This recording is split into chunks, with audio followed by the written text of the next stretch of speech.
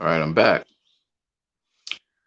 All right, so we're going to talk a little bit about the Snyder Verse, and we're going to talk about how the Snyder Verse can be restored. So we're going to talk about all these things with you guys. Today is going to be great. It's going to be great. Today is the 27th, I believe. Let me take a look. April 27th. My phone's running a little slow. I think it has some memory problems. First of all, I want to send this link to you guys. So hold on a second. Let me just come off the screen for a minute. Don't worry. I'll just wait for people to come in as well. Um, you can join in here as a guest. Okay. That's the link right there. Okay. I'm muting for a second and I'm cutting my camera for a second. Don't you worry. I'm coming right back.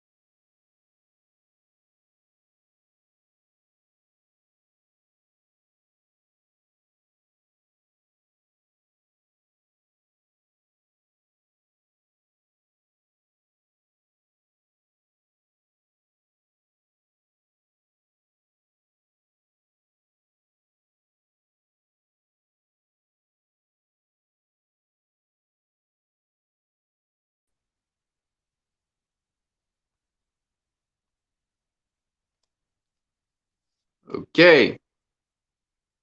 So first and foremost, before we go into anything, as you can see here, if you want to join a guest on this stream, it's real simple. Click the link in the chat section, and you can be a guest on here. And we're going to talk about a lot of different things. But first, we're going to talk about restoring the Snyderverse. What does that mean? Okay. So we're talking about restoring the Snyderverse, and what does that mean? So let's start off, first of all, for those who may not know what restoring the Snyderverse is about. A lot of people feel restoring the Snyderverse, that the Snyderverse is not going to be restored because, interestingly, Zack Snyder's, the actors he picked are basically carrying on uh, the DCEU. Therefore, the Snyderverse is there because we have these actors. That's not true. The Snyderverse is based not just on the actors who are playing roles, but it's also based on the type of universe that you're in. What do I mean by this? So, for that, we need to talk about what makes the Snyderverse very unique. Very unique, actually, to many. Uh, it's very unique. It's unique to many comic book movies. Okay. And and what makes DC different to the MCU, at least the Snyderverse DC different to the MCU. So we're going to go into that in some detail. I'm just running down different things here. Now, the other question is, therefore, what would be restored in the Snyderverse, and when and how? We'll go into that as well in some detail. And we'll also talk about Ray Fisher. Uh, and why it is that Ray Fisher can take the stance that he's taking and do the things that he's doing. I will also talk a little bit about Joe Manganiello's Deathstroke, how feasible that is. We'll talk a bit about Ben Affleck's Batman.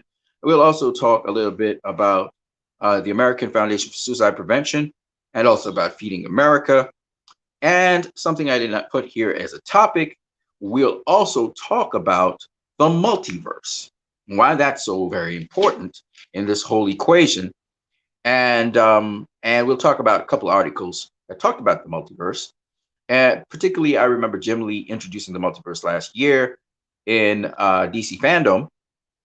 I remember Zack Snyder's Justice League was featured in DC Fandom. And I remember Jim Lee talking about it. And I remember also on a panel somewhere in Brazil, I think it was, Jim Lee was asked a question concerning the Snyder Cut and fans of the Snyder Cut. And Jim Lee was very inclusive because of the multiverse. So we're going to talk about all those things as we go through here. But the first thing we need to do, and also we'll talk also about what we as fans can do, again, to further movement towards where we're going. Now, you guys all already know that, one, I'm of the opinion that HBO Max and AT&T is going to restore the Snyderverse. Now, the question always was, now different people have different views on this. Like Prime, for example, he has a view that, the multiverse, the Snyderverse is dead. Okay, that's how Prime thinks about it. Whereas, well, he's 50-50 on it somewhat. Whereas, and I'm talking particularly about, well, I will talk about it in more detail. Then you have other individuals like, for instance, Sil Abdul and Mickey Sutton, who believe that the Snyderverse is happening. It's just going to happen in steps. Now, there's a lot I want to say about this topic, but we're going to take our time. We're going to dissect it. We're going to go through it. Remember, you guys can send your comments in the chat section, as well as you can also join as a guest on here and talk your piece. This is for you to say your say. I see there are a lot of groups now on YouTube that have people talking and saying their say, and that's great. I love to see normal, everyday people, not people in the industry, not people that, kind of exceptional, whatever, talking that piece. So I'll give you your say, free to be, let's say whatever you want. Picker Shade's in the building. Picker Shade says he's on his way there. I still haven't watched your video, Picker Shades. I'm going to get to that. But I really want to delve into this topic in quite a lot of detail. So we're going to take the better part of today to talk about this and about restoring the Snyderverse. Okay. So let's get to the first point. Restoring the Snyderverse. What does that particularly mean? All right. So some people have the view, like I said before, that the Snyderverse has not stopped. It doesn't need restoring. That it just needs to continue. And they say it's continuing because we have Ezra Miller's Flash in the Flash. They say that it's continuing because, let me introduce Picker Shades into the building here. Picker Shades in the building. Give it up for Picker Shades. Yeah, just setting myself up here in the coach. Yes, sir. Yes, sir. Yes, sir. Setting up to do this thing. I still haven't watched your video, bro. All right. So how you doing, man? Doing as I'm usually going. Nice. Got that manga video done last night, and I'm currently doing a Witcher review. That's basically my schedule upgoing right now. Did you see Mortal Kombat? Not unfortunately, because HBO Max is still not available in my region. However, I'm looking into all kinds of other maybe possible streaming service that could also have it. Some pirates may. Did your theater have Godzilla vs. Kong? It's I did check somewhere that it's supposed to be released. Was supposed to be at the same time as last Friday, but the theaters have not given any word if they are going to open themselves. COVID, yeah. I just remember. Right. I think the theaters in my country are closed, but they kind of clamped down on things too with COVID. They kind of shut down a couple of things. So yeah, I can understand.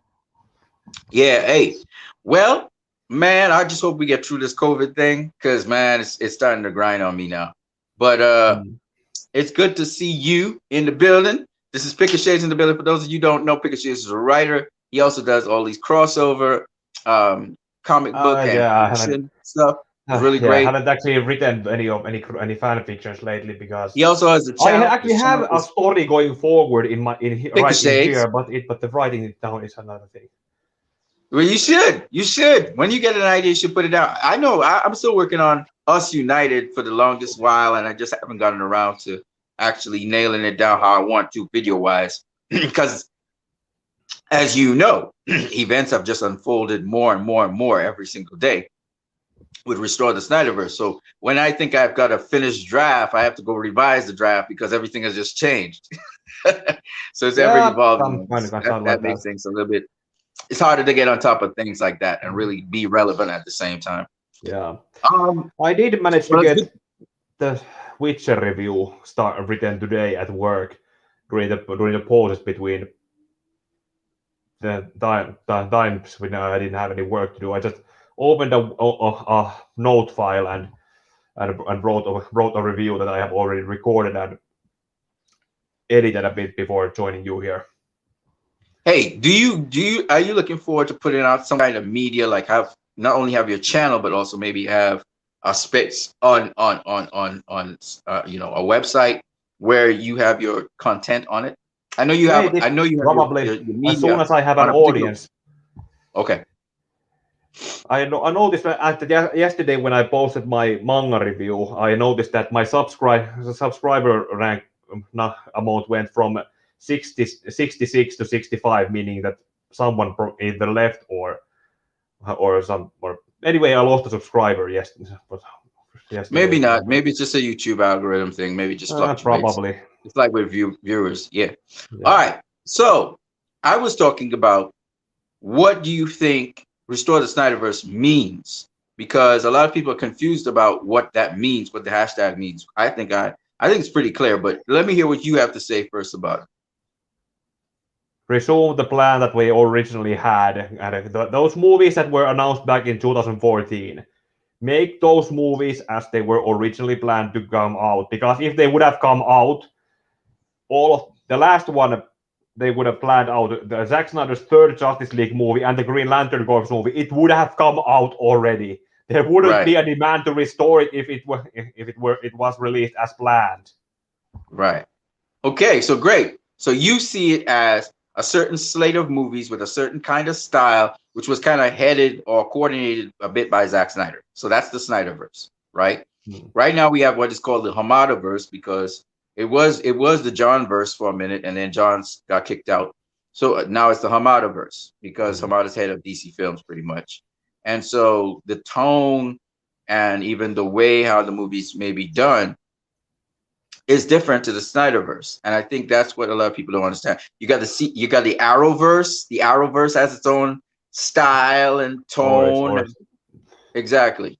So when people say, "Well, the Flash, that's a Snyderverse. That's the Snyderverse continuing," that's not true because the no. Flash is under Hamada, and it's not. I don't think it's going to be grounded and have that certain kind of Snyder, not necessarily Snyderist style, but tonally it's going to be, I believe, different. So I just don't think that you can talk about the Snyderverse the same way with the Flash movie or the Aquaman movie or the Wonder Woman 84 movie, which is interesting. Do you think that Wonder Woman 84 was a Snyderverse movie, or do you think Wonder Woman movie is the Snyderverse movie?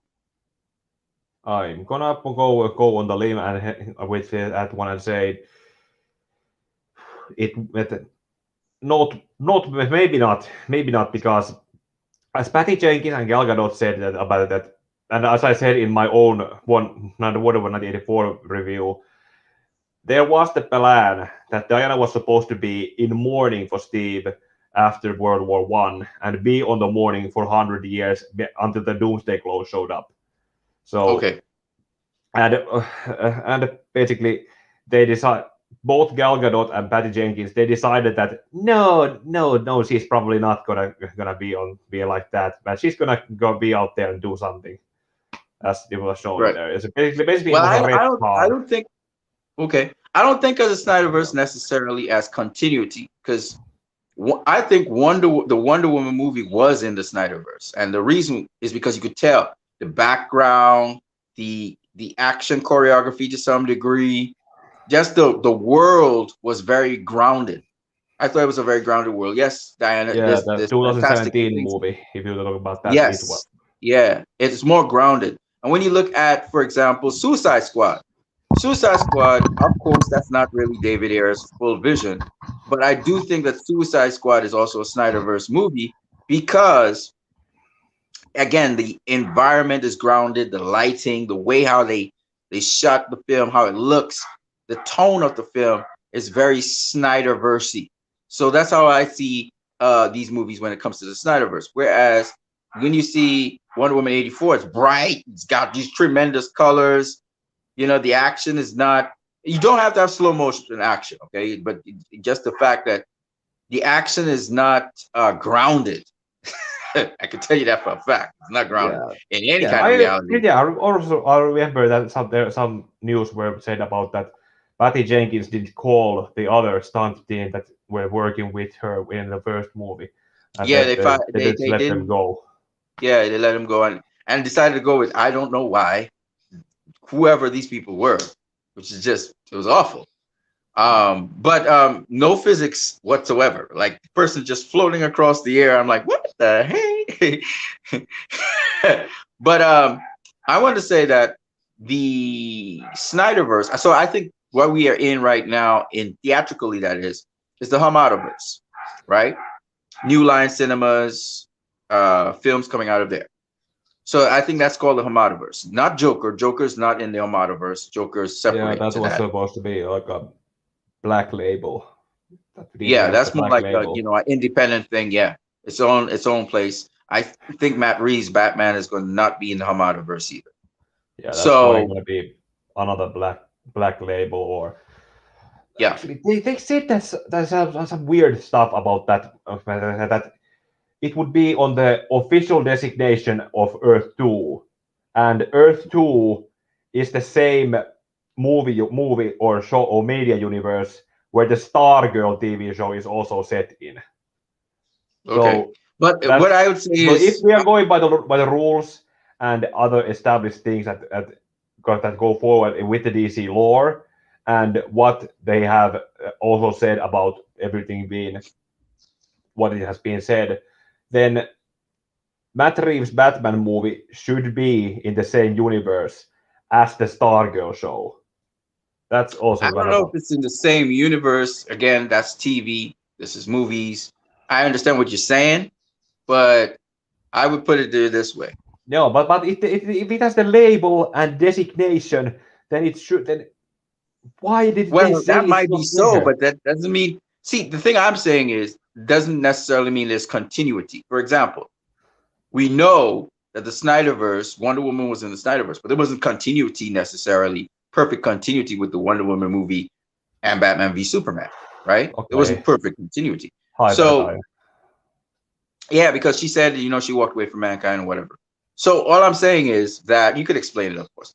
All I'm saying is that there are different versions of Wonder Woman we're seeing. Patty Jenkins gave a certain version of Wonder Woman. Zack Snyder has a different kind of version of Wonder Woman. It's the same actor, Patty Jenkins. Uh, Gal Gadot, but it's a different, there's slightly different versions of it. Because Patty Jenkins says Wonder Woman, she doesn't really use a sword and a shield. She doesn't cut people's heads off, right? Well, Zach comes straight up, sword, shield, for the cut people's head off. 1984 movie, it was understandable why she didn't use a sword or shield because Right. that would having a sword and Mostly shield in humans. that movie would have been the same thing as trying to kill a housefly with a bazooka. Yeah. Well, yeah, exactly. I mean, we saw what she could do in Zack Snyder's Justice League without a sword and a shield, right? We saw where she took out those terrorists, like, my God. So, I mean, she doesn't really need that. That's overkill for humans. But I'm just saying that's a different version of Wonder Woman that we're watching it. There's different versions of her. And because Zach had his own Wonder Woman movie that he wanted to do, a kind of Elseworld thing. And she was cutting people's heads off in that one. You know what I mean? So Zach's Wonder Woman is a little bit more aggressive, I think, than Patty's. Patty's has a different kind of mannerism to it. So, but they are in the same universe. See what I'm saying? They're in the same universe, but they have. So I'm saying Batman, Matt Reeves' Batman, being in the same universe as Stargirl doesn't mean that you get the same take. It's like for example, when you look at Christopher Nolan's Batman, okay, we don't know what Earth it is. Probably the same Earth as the Ben Affleck Batman, right? But Ben Affleck's Batman is a hell of a lot stronger, and he's actually super. There's a super element to him because that's hyper realism. So what I'm saying is, even if you're in the same universe, for example, or same Earth, right? You could have one director style do a certain take on the character, just like with comic books, and another director do a different take on the character, so that the character has more powers in one vein, whereas it has less powers in another vein. Take for instance, Zack Snyder's Wonder Woman doesn't fly, whereas Patty Jenkins' Wonder Woman flies, right? In Wonder Woman 84, right? Of course, that might and they're probably in the same universe, but different directors. And I wouldn't. Well, they're not I in the would same go universe with because they're not I in could the go Snyder with Verse. that different set of times, but if it was Like going they to could be be. combined into the hyper time of different timelines, I'm just saying though that they could be in the same universe, but the different name verse, like in Snyder Verse. Snyder Verse means something different to, say, for instance, Hamadaverse. Because think about this. Shazam is in the same universe as Batman v Superman. Because Shazam called back a lot of things about, but the physics in Shazam is just ridiculous. You don't catch a bus by the glass. Come on, man. You don't do that. You punch her straight through the windscreen. You have to catch it by something that's stable enough. And then all those people would just splatter out of the bus with the physics involved, there right? could be the So diverging point on the. There was that theory that film theorists made about the timelines converging because of the Flash's actions and the meeting with Bruce Wayne, meaning that there is the timeline where the Flash never appeared to Bruce in Batman v Superman, and the Snyderverse is the timeline where he did appear. Someone made that I, kind I of I mean, I strange. mean, again, That there's I continuity with don't, I that. don't know, but there's No, this, well, the Flash but movie is there supposed to has the Flash movie is there's a supposed to structure retcon this. that has been planned. So What I'm trying to say is Fuck. the Flash could retcon things. Like he could, by him going back into time or whatever, he could change events, right? So he No. can That, retcon things. He could get okay. rid of the Snyderverse if he wanted. Okay. That can be done, but as you saw the Flashpoint essay I made, I brought up there Yep. this happens when Flash tries to change things, and this is what happened when the I'm there. I'm there. okay, yeah. And then there was the one thing that reverse Flash when he changed things, where because there was the Speed Force that the Flash uses and the negative Speed Force that reverse Flash uses. So that retcons, as we are talking about them, is as in going back in time, changing one thing without large consequences. That is something that the reverse Flash could do with the negative Speed Force.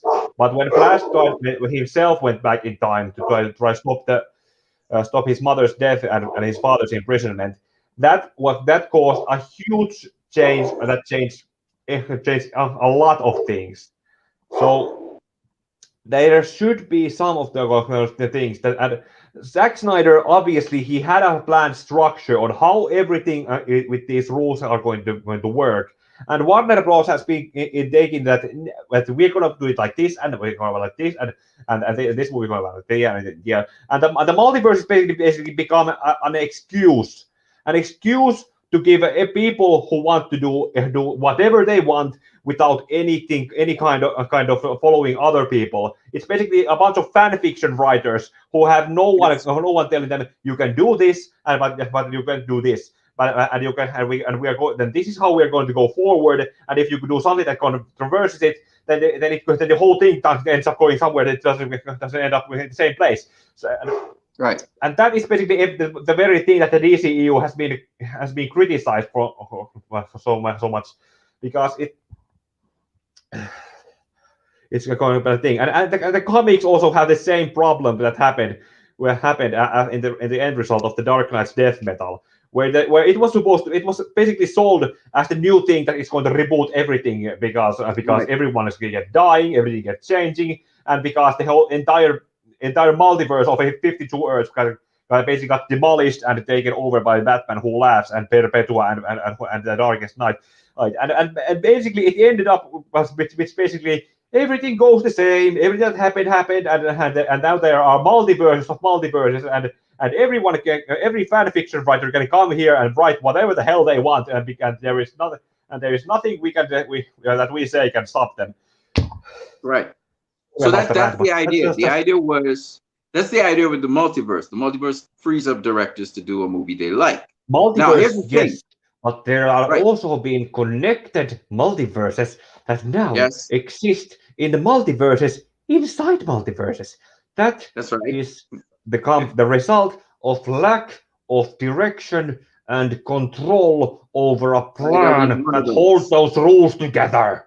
Yes, very one of us. This is true. Now, what I'm saying to you though, what I'm trying to say to you is the multiverse is good because you have the CW. Ezra Miller's Flash crossed over to the CW. He is actually in the Arrowverse with Flash, right? Crisis on Infinite Earths made that possible. So what I'm saying is the Flash is the key to resetting, rebooting, rewashing, whatever the universe. Now Zack Snyder was going to do that anyway, right? He was going to do that in Justice League Part 2, where the Flash would reset everything, and then Superman would be Superman in Justice League Part 3. So we knew Zack had that inbuilt in his 5-story arc. However, Warner Brothers doesn't want to, well, we'll talk about that a little bit more, but what I was saying is, what is the Snyderverse? So if we don't know what the Snyderverse is, because it's not called Earth 2, it's not called Earth 3, it's called the Snyderverse. And then there's the Hamadaverse. What are those things?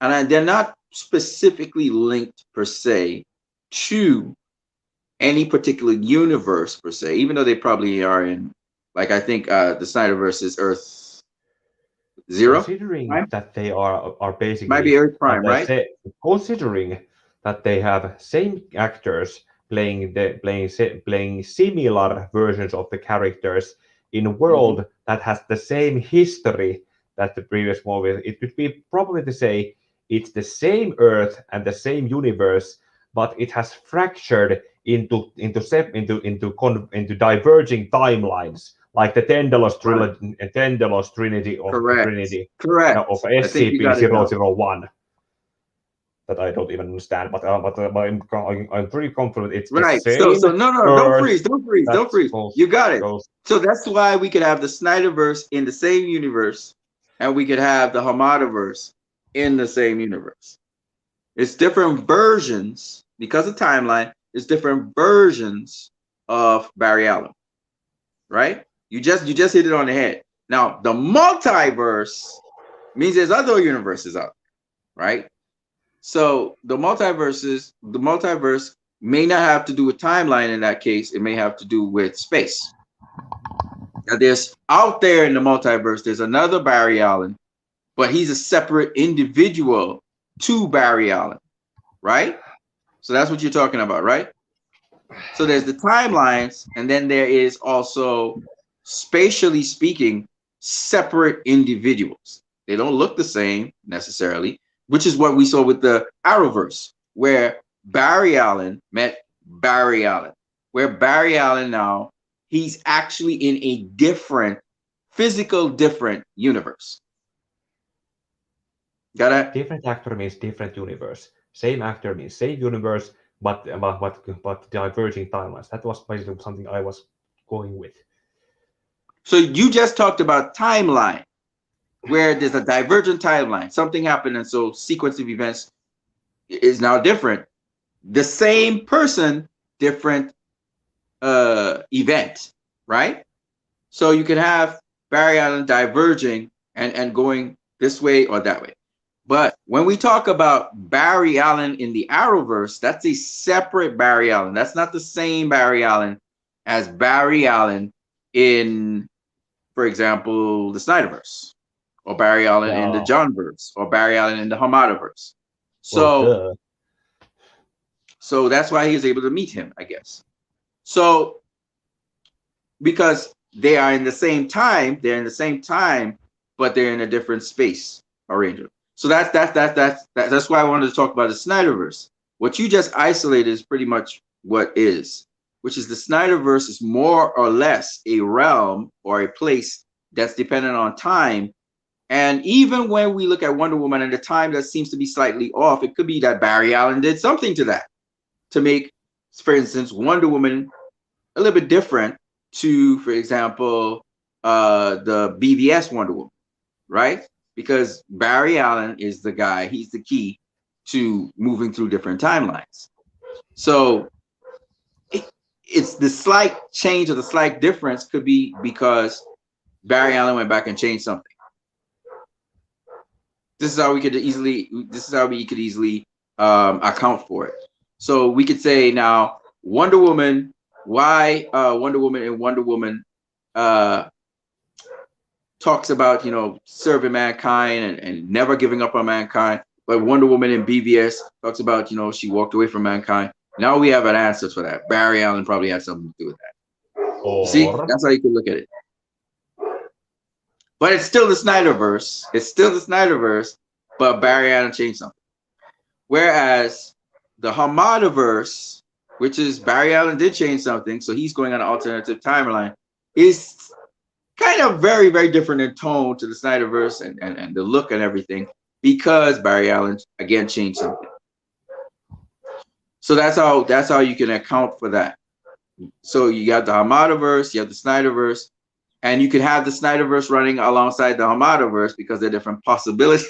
There are different possibilities of that happening. So it's the same Barry Allen, but he could be he could be in two different timelines. Or three or four or five, depending. So you can think of it as a what if scenario. What if Barry Allen could go back in time and change something so that there's a divergent path? So all along, probably early on, it's just one path, and now it starts to branch out. So at the same time, Barry Allen could be in this reality or this reality, which makes sense. It follows the string theory to some degree. So he could be in two different realities, because he changed the timeline or he did something.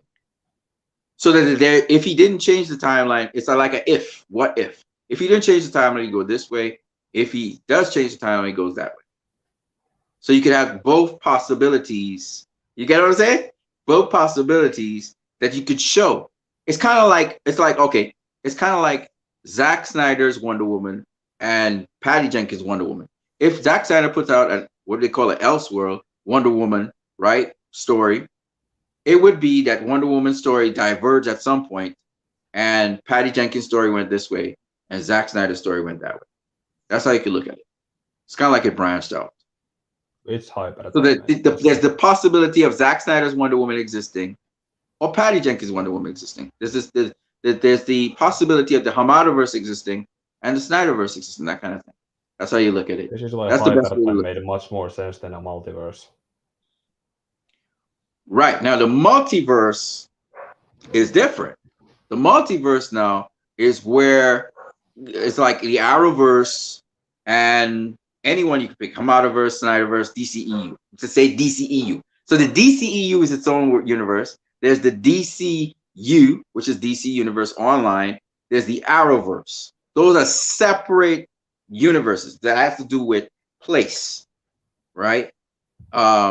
And so some of like what's it? Doom Patrol. Doom Patrol has a cyborg in it, but he's not the cyborg in the DCEU. The DCEU cyborg is a separate cyborg from the DCU cyborg, which is now on HBO Max, right? So they're two separate, different cyborgs. It's kind of like so I don't know what Earth that cyborg's on. Maybe he's Earth 2 as 23 well. or 19 or something close to that. Yeah. So they definitely on different Earths. So that's different. That's the multiverse. Yes, that's So this is why now. So why that's important is because if you don't understand what restore the Snyderverse means, now we can't really talk about it. Why is it that Walter Hamada doesn't want the Snyderverse to exist, or he says it's a cul-de-sac? That's it. It's done, right? You have to understand why he's saying that. So why is he saying that? Well, Walter Hamada is a guy who's fiscally very responsible. So, for example, he works with New Line Cinema, and they have done low budget movies that have worked, made reasonable profits. And the way Warner Brothers wants to do things now is to downsize. They don't want those. I guess they want the $1 billion movies, but they don't want to really put out all that set of money right now. So they just want small profits, small returns, which is not the best way to go about doing things to start with. And this is when I talk about Warner Media, I'm talking about the Warner Brother Picture side of Warner Media. Warner Media has two sides, right? So the Snyderverse, and what makes the Snyderverse unique, we'll talk about, but the Snyderverse is different to the Hamadaverse. The Hamadaverse, from what we have seen from Walter Hamada, is a universe that is bright. It's filled with people joking. They tell jokes about things. It has action in it. And it is, generally speaking, one in which the tropes of the characters follow along the lines of the CW, I would say, or the Arrowverse, right? I think it's more like a CW Arrowverse. And I think Greg Berlanti is supposed to be, joining the Hamadaverse. So I believe that is the formula they're trying to get at. Now, I believe they're trying to pitch this. Work with the just because it didn't work with the Green Lantern movie doesn't mean it won't work now. Right. So anyway, Greg Berlanti is going to be jumping in there, and we'll see how things work out with that. Now, when it comes to the TV verse, if I can call it that, I think they've been pretty successful at doing, the Arrowverse to some degree has been successful, particularly the Flash, Supergirl. They did pretty well. Superman right now and Lewis is doing okay. Okay, that's so actually doing well. Yeah, for the small screen, they're doing they're not doing too bad. It's not hiatus until maybe a month or so more. We'll see when it resumes. But Supergirl was basically not actually a Supergirl story. there's this one guy who's been commenting on my videos who's been asking me to do a video on Supergirl, and Right. basically that's and it's basically everyone's shared conscience that the CW Supergirl is not the version of any version of Right. Supergirl. It's basically a female version of Superman because Yes. it's basically copying what Clark Kent is working at the Right. newspaper, having basically the same life as Clark Kent. It's not the same life that Kara Zor-El has in her other lives as whatever identity she's going with, like as the Right. Danvers girl But it doesn't have to or be. Lisa Lang or whatever she's or Yeah, whatever. but it didn't have to be perfectly successful because the first attempt at Supergirl, which was a movie, it failed, and she was sort of kind of like supposed to be the female version of Superman. But they CW actually got it to actually float this time because Yes, there are a couple of how very how good well things. does it? That's also Well, something it that floated how for well it was. Look how many how seasons well it's gone through. yeah, but how well have these shows actually been like that? You can look back to them a few years later. Like like with the Snyderverse, we can look back to Man of Steel and Batman v Superman, and those movies have aged so significantly well. Yes, but There's nothing that's what we have to talk about. When you even talk and about the even when Snyderverse, yeah it's yeah different to any other, I think, comic book universe. Period. But we'll talk about its the qualities of it and what makes it separate and what gives it this long lasting appeal and age very well. But when we're talking about like television, particularly, I wanted to talk about this point. When you're talking about Supergirl, it was successful. They got Supergirl off the ground finally.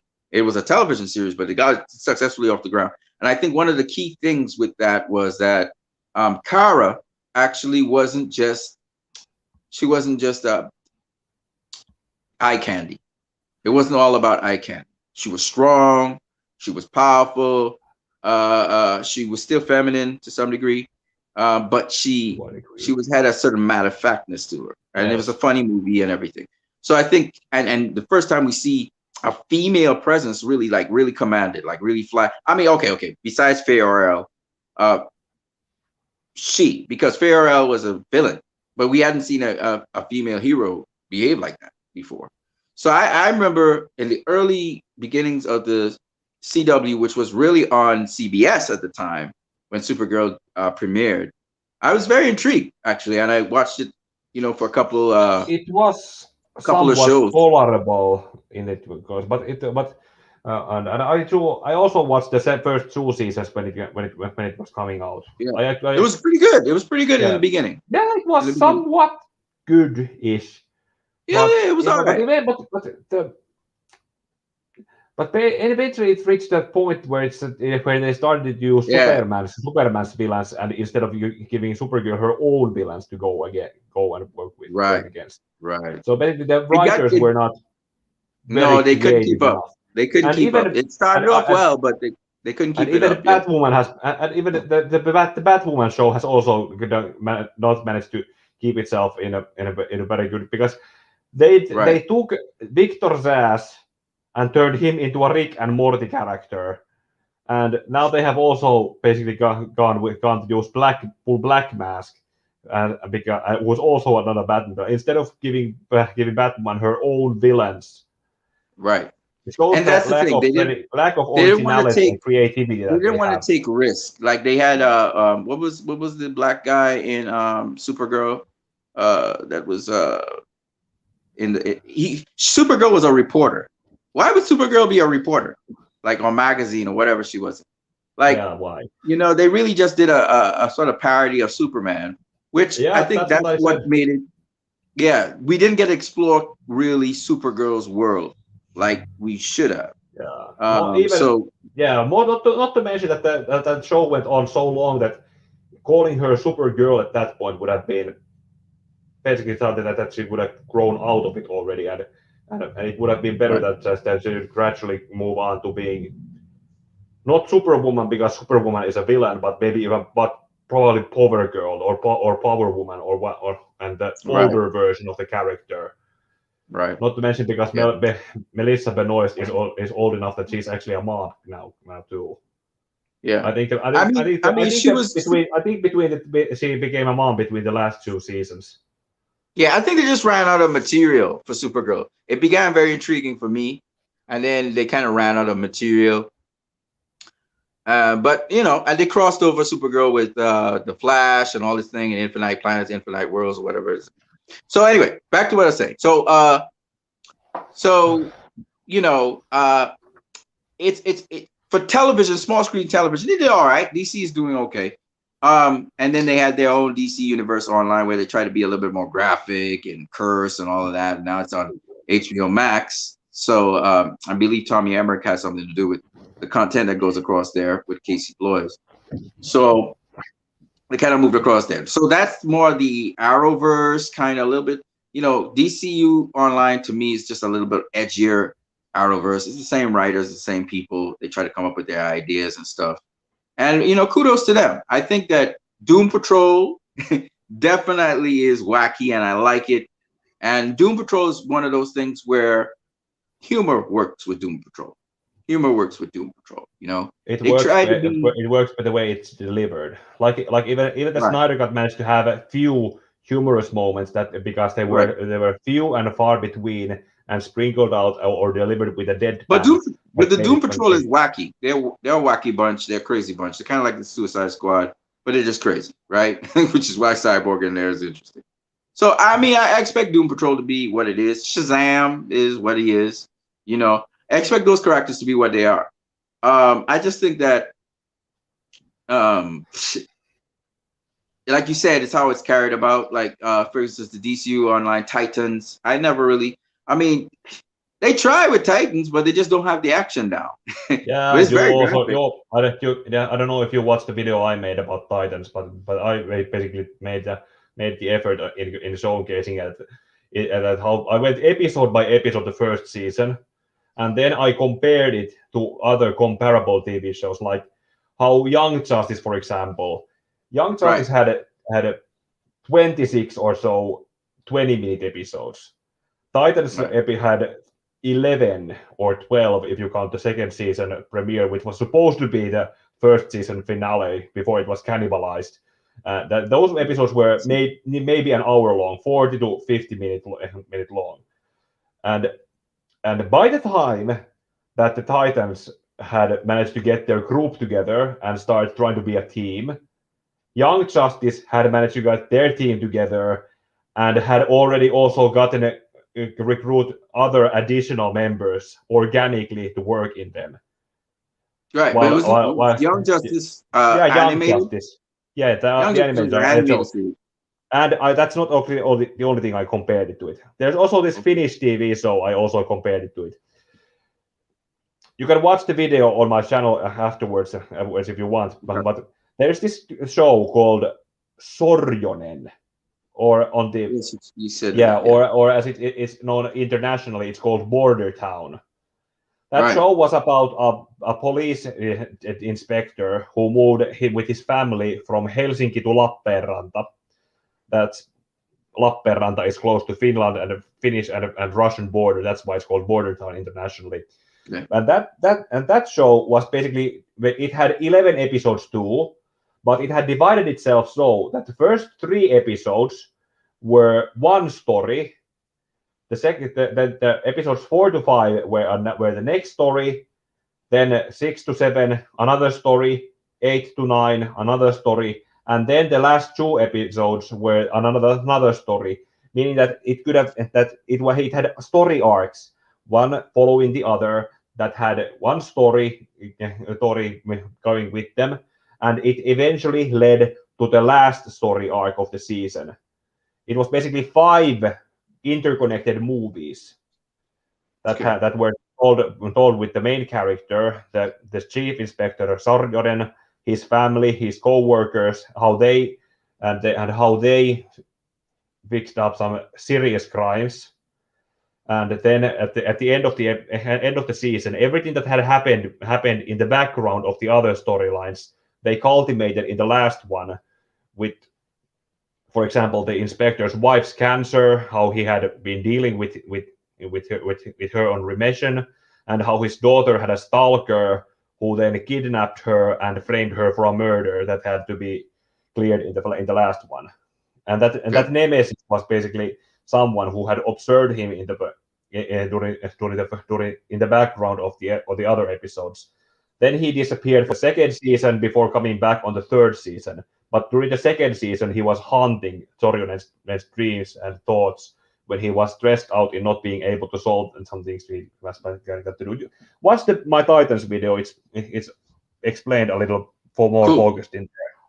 I would say that Doom Patrol, I'm sorry, not Doom Patrol, Titans, I'm not really, it doesn't bother me that they're not coming together yet and how long it takes them to get together. Once it pays off well. My thing is that, they try to be so gory in these movies, not understanding, again, to me personally, it's even Mortal Kombat. You look at Mortal Kombat, very gory, little pieces, little snippets you can find on YouTube. But again, it's not about how gory you are. Like they don't understand the Snyderverse. So that's why I said, what is the Snyderverse and what does that mean? So first of all, restore the Snyderverse, like you just said, is to restore some of the original movies, the sequence of movies that were supposed to come in 2014 or whenever. But I would like to say this though. Restore the Snyderverse kind of goes a little bit beyond that to like things like New Gods and also The Atom and so on, right? It wasn't just the slate of movies that DC had originally put out, but also the fact that certain plans Zack Snyder had, or there was certain plans ahead that were executed. And the Snyderverse does have a certain tone, a certain feel, a certain look to it that makes the Snyderverse what it is. So I just wanted to leave those thoughts in there. But to go into a little bit more detail, because since we're talking about this, what would be restored, when, and how? So let's go into that. When we talk about the Snyderverse and it being restored, the restored elements of Snyderverse, what are we exactly talking about movie-wise? What are we talking about? Well, there's the Ben Affleck's Batman movie. Whatever they're going to plan to do with Deathstroke. Deathstroke movie. Or Deathstroke series. Yeah, all that. And also probably something they should have also gotten to do with the Flash before. Okay, you think the Flash movie? Yeah. All right. What else?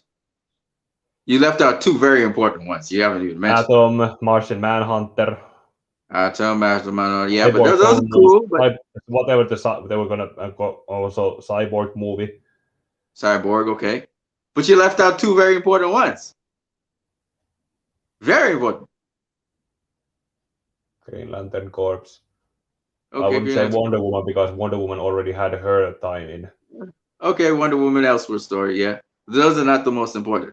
The most important ones is Zack Snyder's Justice League 2 and 3. I would have come to those two. They're very important. You gotta have. Yes, I know. I was mostly going over the other version, but those movies are giveth. Those would have been done without saying. But the reason why I went through with the other movies with the other characters is because they also were the supporting side stories that develop the characters that appear in the Justice League. Yeah.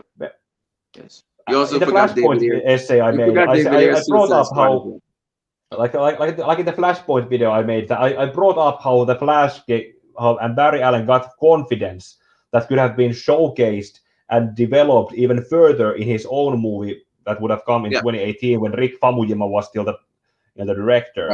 And that would have then also given him some experience that he would have also utilized in the second Justice League movie. And that would have also then given something that gave us the. You saw what Ezra Miller's Flash looked like in the nightmare scene at the end of the Justice League. He looked like a completely different person, same actor, but the look on his face and everything, he seemed much more focused. His beard, everything. Everything. He looked like that guy had a story behind himself. Yes, that was something. Like he wasn't anything like the version of Barry in the movie that he was kind of a younger man who had a lighter heart and was not but he eventually Barry had gone from that to what we saw at the nightmare scene. That is something that could have been developed in the Rick Famuyima's Flash movie and the second Absolutely. Justice League movie, and that road would have led him to what we saw at that ending. Yes, correct. And you remember he went through time multiple times. It wasn't just this wasn't the first time Batman was trying to rewrite the Insult timeline. CJ here. Oh shit, here we go again. Because the Joker said, "How many times have you done this?" Because you don't want to die. you know. So it's very interesting. But a very good point. You said that all these supporting movies they build up to Justice League 2 and 3. So it's very important we get a build up to Justice League 2, which leads us to which film do you think then will be restored first in the Snyderverse? This is a no-brainer. I think a lot of people agree, and I think all of us in the Snyderverse, the Snyder fans, we are actually pushing this right now, which would be the Air Cut, right? This is a no-brainer. There are several different movies. That would have been. I'm gonna. Yeah, that's probably coming in 2022. I believe it's probably going to be announced sometime after James Gunn's Suicide Squad. So I think and look after out that, for Heads, it's gonna be the Deathstroke movie. Tails, it's gonna be the Batfleck film. could be Deathstroke. Yeah, that's Deathstroke okay. might be first. That's I think you're right. Deathstroke might be first because Oi, because it's behind the sofa. I can pick it up later. yeah. But Deathstroke I think would be first because I think it's going to be a much cheaper movie to do.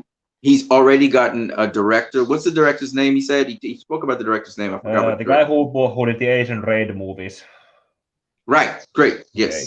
So, and that's an excellent director, right? So, would love to see that. That's Deathstroke movie. Imagine that. We're gonna get Deathstroke movie, ladies and gentlemen. Batfleck side, Deathstroke side. Which side did you get? Let's go. Oh, you're doing it again? All right.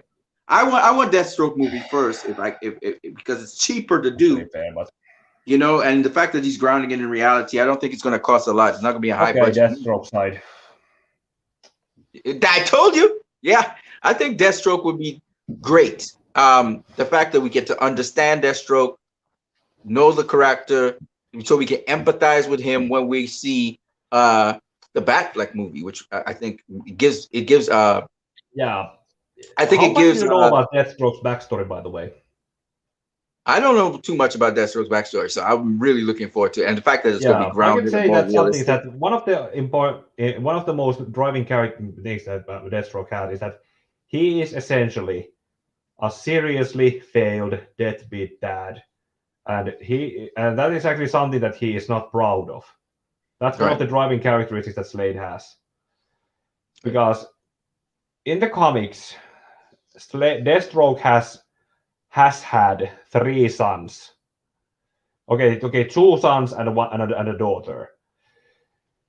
The first son, Grant, was someone who idolized Deathstroke, but without knowing that his father was Deathstroke, and he eventually got into a point where that's actually going to be a hard time to do, because if Dick Grayson is the dead Robin, then there is no Teen Titans in the DCEU. So Grant Wilson has likely died because of some reason,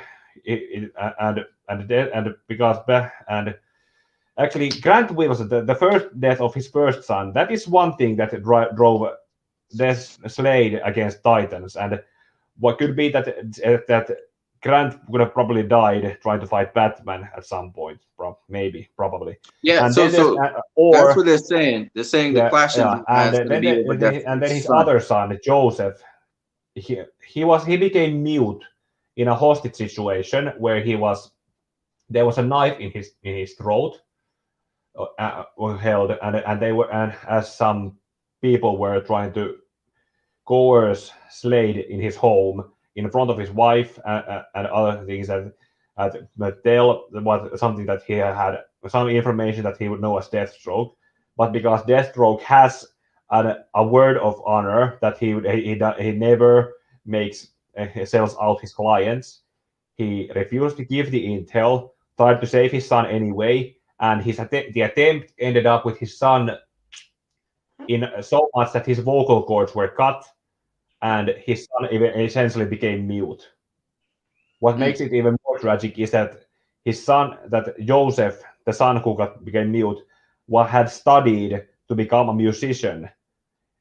Basically, he could probably still play piano or an instrument, but singing, that was something that he could never do. right. That's something that's actually that moment when where Slade tried to charge and save Joseph. That is something that is something basically like that if he that could that sounds so haunting to Slade's psyche that essentially it could. I'm not proud using this comparison. That moment or a similar moment where he could be that could freeze him the same way that Ben Affleck's Batman could freeze if he hears the word Martha. Mm. That's something that is. That's how traumatic it was. And then also then Slade has also a daughter from an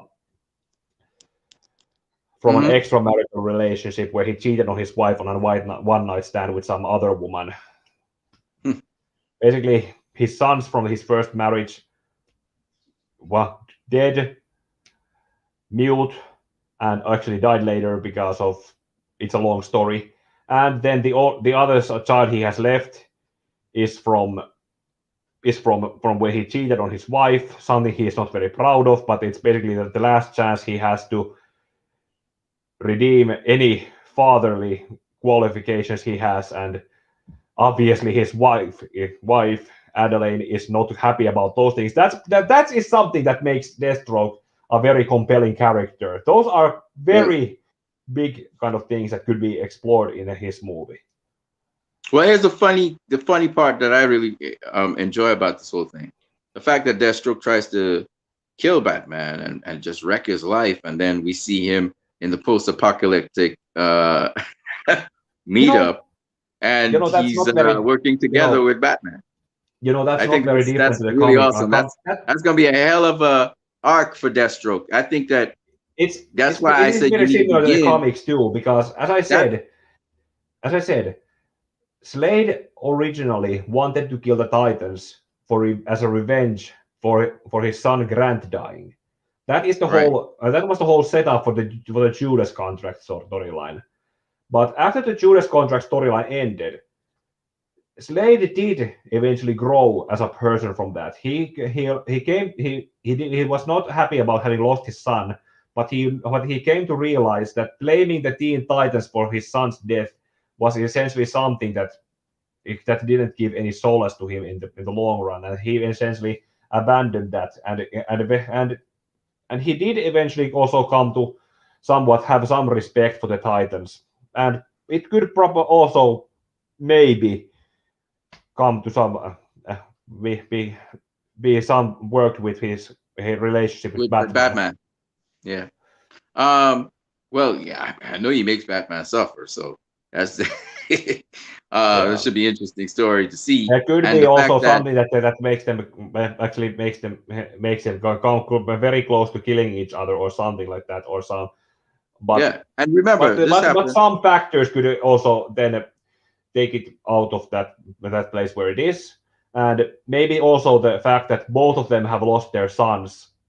That could also be something that makes Slade basically that.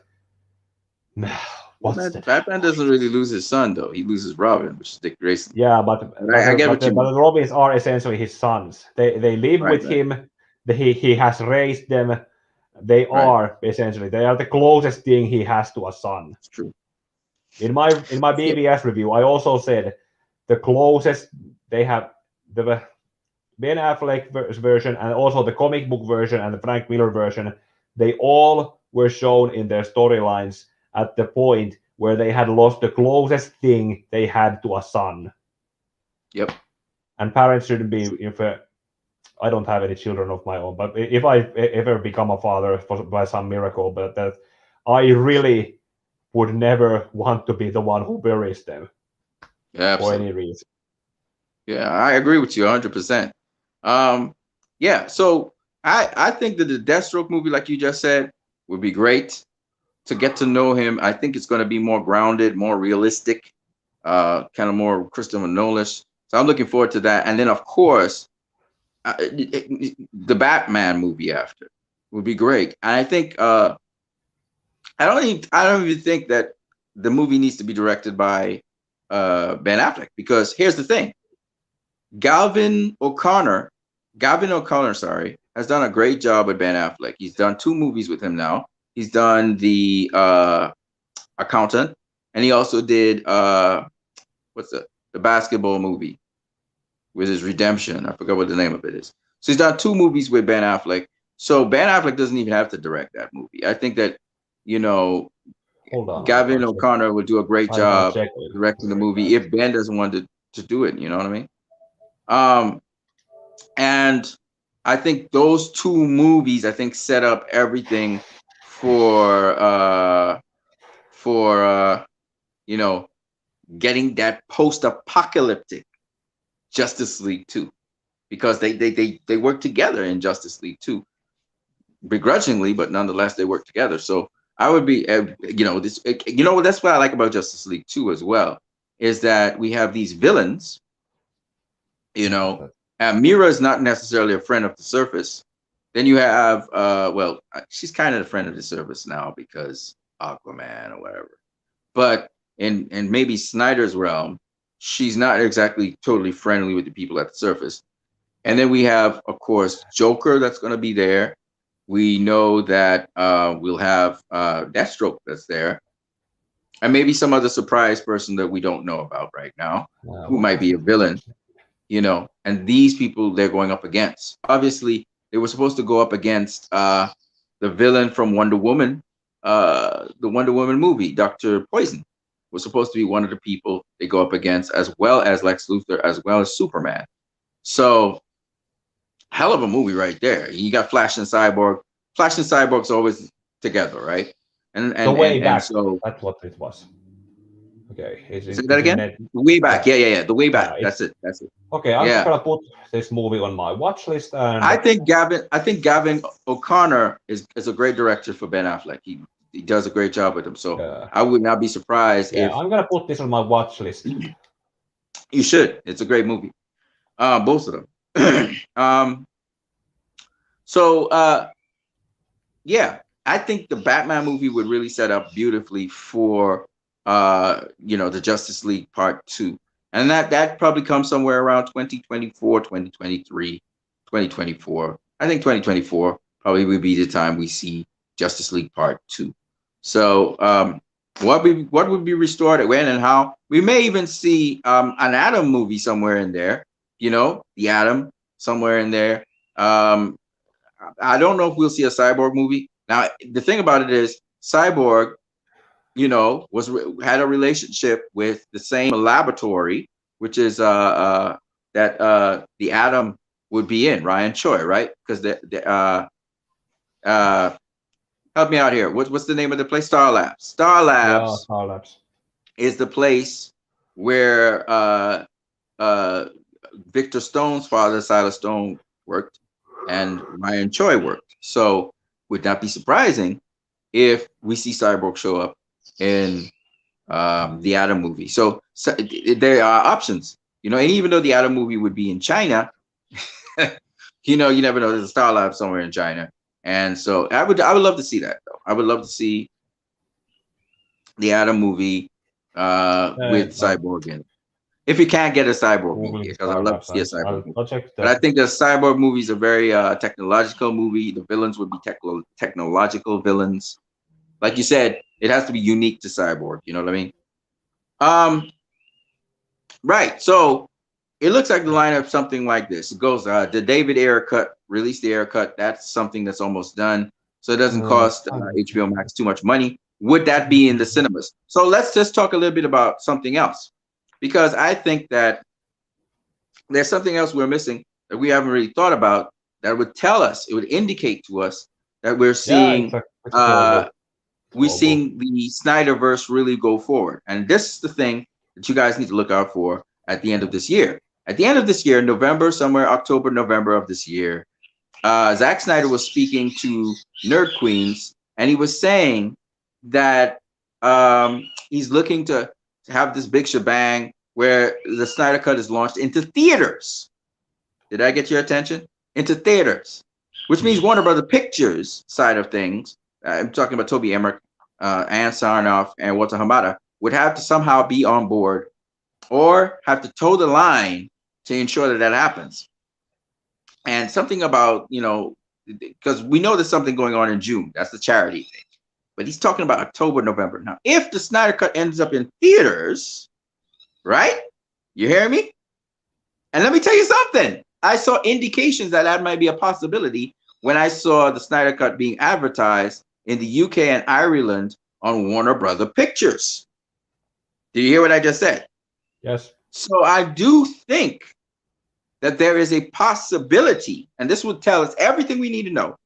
If the Snyder Cut at the end of this year, November, December, or November, October, whatever, ends up in theaters, I'm talking about ends up in a decent amount of theaters, and it's literally pulling revenue in theaters. And I think it's going to be Justice's Gray version. It may be the colored version as well. I don't know.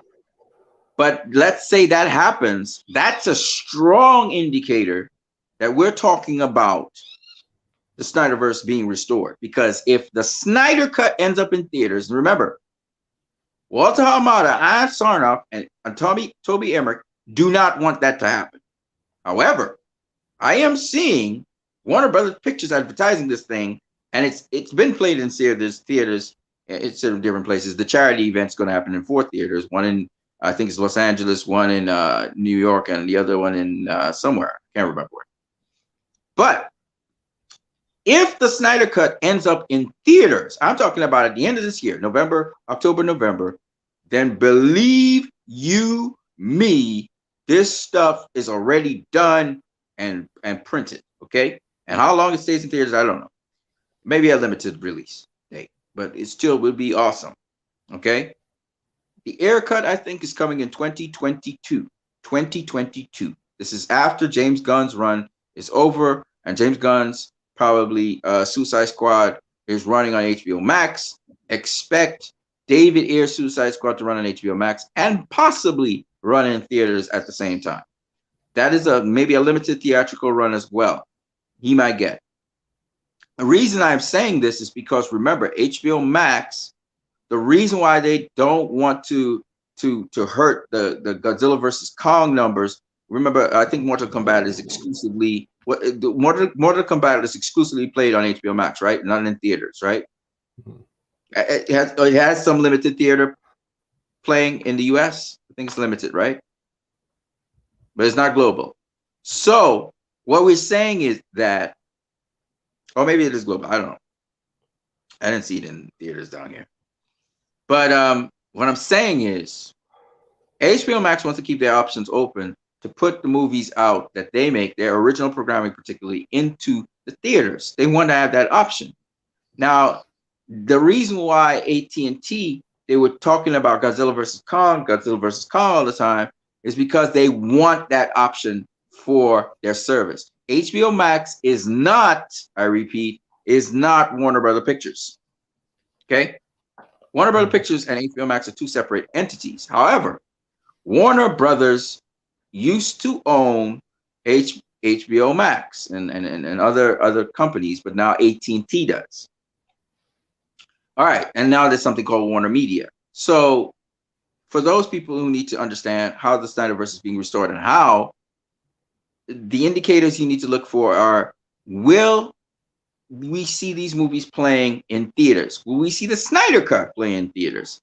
Will we see the Snyder Cut play in theaters over a wide range of theaters? And then that's all dependent on COVID, but I think because people are getting vaccinated and all of that stuff, I think the COVID thing's going to die down by that time. So I seriously think that these are positive signs and people need to pay attention to these things. Okay. the movement particularly.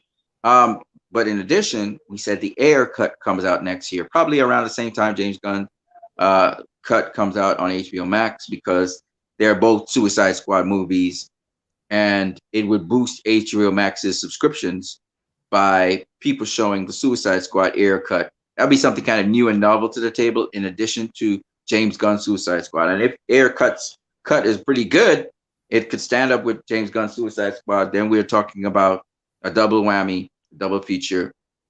People binge watch both of them back to back, which would be awesome. So I think Air Cut comes out, and I think it may have a limited theatrical run depending on how the Snyder Cut does in theaters. So there's all of that kind of if factors, but that's why I'm saying that it's very possible the Snyderverse could end up in theaters as well as on their simultaneous streaming on HBO Max. Maybe not as prevalent in as many theaters, especially in the beginning, as say something from the Hamadaverse, but I do think, and I know the Hamadaverse is separated themselves from HBO Max. They want to have the theatrical run first, and then HBO Max can have their thing after. So we'll see how that all works out. But I do truly believe, but that's the direction they're moving in. And so we have the David Ayer cut, and like you said, probably going to be a Deathstroke movie. I know Warner Brothers. I think AT&T would probably try to push a Batfleck movie, but it would be in their best interest to push the Deathstroke movie first, then a Batfleck movie. Everybody wants to see Deathstroke as well. Yes, they want to see Deathstroke fight Batman, so I think they would probably want to push the Batman movie up front. I think that's too much pressure on Ben Affleck, since they still don't have their script down fully packed. Yeah, whereas I think the Deathstroke script they've been working on that for a while. So I would love to see that. And I know that the director for Raid, what's the director for Raid's name? Can you look that up for me? The director for Raid, he actually has the script close to his chest. So he hasn't really told people a lot about the script when it comes to Deathstroke, which is great. Hey Siri, hae the Raid-ohjaaja. What's the director's name? So we know for a fact the following movies, if the Snyderverse is restored, we're talking about Air Cut coming, probably after Snyder Cut plays in theaters. Air Cut's coming. Then we will have probably a Deathstroke or a Batfleck movie. There's a demand for both. And the fact that Joe Manganiello is talking so much about this Deathstroke movie and is very passionate about it, I don't see why it can happen. What's the name? Gareth Evans. Gareth Evans, that's right, Gareth Evans. So I'd love to see that. I would love to see that, and Joe Manganiello, that's the director he wants. Of course, Rick Fumi. Yeah, he would be great for the Cyborg movie. I would love to see him do Cyborg. I would love to see Cyborg get his own movie. I really don't want to see him, in the Atom or any other movie or with Flash. I want to see him in his own movie. That's the truth. But we'll see what happens. Ray Fisher is an important cog or piece in the Flash movie that they're right now shooting. I really need him to really make that movie something. So I don't know what they're going to do about that. It's going to be probably a different kind of movie, more like around the CW lines, with you could see the music and even the where how the Flash sign is done is influenced by the CW. So I wouldn't be surprised if the Barry Allen from the CW comes across and he's seen in that Flash movie, and Michael Keaton seems as though he's going to be involved in that movie, as well as Ben Affleck. So we'll see how that works out. That was I'm not really excited for the Flash movie because of all the things that have happened. But if they can somehow pull it off and get Ray Fisher back in the mix, I think this. I mean, I'd support it. I'd at least go see it once in the theaters. I wouldn't boycott it if they have Ray Fisher in there. Ray Fisher not being in there though is very disturbing. Very disturbing. Particularly because he's a major piece in the cogwheel. I don't understand why they would do that. But anyway, so 2022, I've noticed that the Hamadaverse, they got 4 movies they're going to try and cram through in 2022. We're talking about the Flash movie. We're talking about Black Adam. We're talking about Super Pets. and there's a third movie. Super pets. What's the other one? Uh, is it the Wonder Woman 3? It's Wonder Woman 3, I think. Something like that. They're trying to cram through 3 movies. I don't think that makes sense. I guess they're trying to. I don't think it's going to happen. They're not going to be able to get 3 movies done in 2022. That's wishful thinking by Hamada. They're going to have to cancel because Black Adam began shooting. The Flash has begun shooting. 2022 is also the Batman movie. The Batman movies in 2020. Yeah. And Matt Reeves is a good director, so I expect it to be good once they don't chop up his movie. They chopped up Mortal Kombat. They chopped up Godzilla versus Kong. That's why those movies not as flowing as they should be. And you got to give movies air to breathe. I mean, I'm not just a Zack Snyder director. I would love to see other directors do their thing, but I mean, you can't be chopping up their movie and interfering with their movie like that. Talking about runtime. Terrible. Anyways, so that's what we're looking forward to. So we're looking at somewhere around 2020. I say 2023, 2024. We'll have Justice League 2. It depends. Black Adam's going to be there. Black Adam movie's going to be there. So there's a lot of movies in 2022 to start with, but I think the air cut will have to make it in there by HBO Max. HBO Max end of things, they're going to be pushing that. Of course, you can see that. Again, Walter Hamada is trying to push a lot of content, but what is the quality of content? What is the excitement for your content? What is the anticipation for your content? That's the thing that Walter Hamada just doesn't understand. All right. Not to mention it. So as I said before, Ray Fisher is going to be an integral piece in The Flash. You know this, right? You know he's a very important piece in the Flash movie. Without him, a Flash movie is going to bottom out. It's going to just do crap. And even the director, you can see he has this expressed desire to work with Ray Fisher. So if they really want to make that thing happen, they're going to really have to apologize to Ray Fisher. He said they need to apologize. He doesn't see it as likely, though, that they would do something like that. He doesn't know how possible it would be, but I do believe they need him to make that movie successful. And he was the guy that actually carried. What kind of apology that's going to be? What kind of apology is Ray Fisher gonna accept getting? There's some. If Walter Hamada just basically tweets Ray Fisher, I'm sorry. Is that something right? But he also has to make an apology to all the participants who were affected in the Justice League set. So there were some other participants. So he has to do like a written general apology for what happened under Joss Whedon, because he's the head of DC Films now. So that's what I'm saying. He should be doing an apology to all the people who were affected by what happened with Joss Whedon, because that was a director that was, under the purview of DC Films. So on behalf of DC Films, you should do that. We're talking about Ben Affleck's Batman already. Let's talk a little bit about the uniqueness of the Snyderverse. Okay, so this is something that you just talked about, how the Snyderverse has so much longevity. And so, okay, let me start off with this simple question. Think about all the superheroes in the Snyderverse. Let's start all the superheroes in the Snyderverse, right? Which superhero or which superheroes do you know who are called by their superhero name? How many of them? In their debut movie. So let's talk about Superman, Man of Steel. Yeah, Superman was. He was called Superman by who? The one guy in the army who said yes, the military guy. The guy who told Swanwick that General Hardy's on the way and his Superman with him. Yes, Superman in tow. Right. So Superman was called Superman. However, the way how they called him. Who played the baby. Sorry. I think there was also some. Was that actor who delivered that line the same guy who they said played the baby Kal-El in the Christopher Reeve Superman movie? No. That was some trivia I remember coming across somewhere.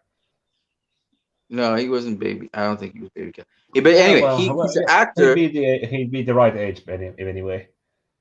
Hmm. Probably, maybe not. Well, anyway, just not to get sidetracked from the point. Yeah, The and in point is BVS, that Perry White called he out was Batman. called Superman in Man Yeah, of Steel by a military person, but the context in which he was called Superman came after General Hardy said, "This man is not the enemy."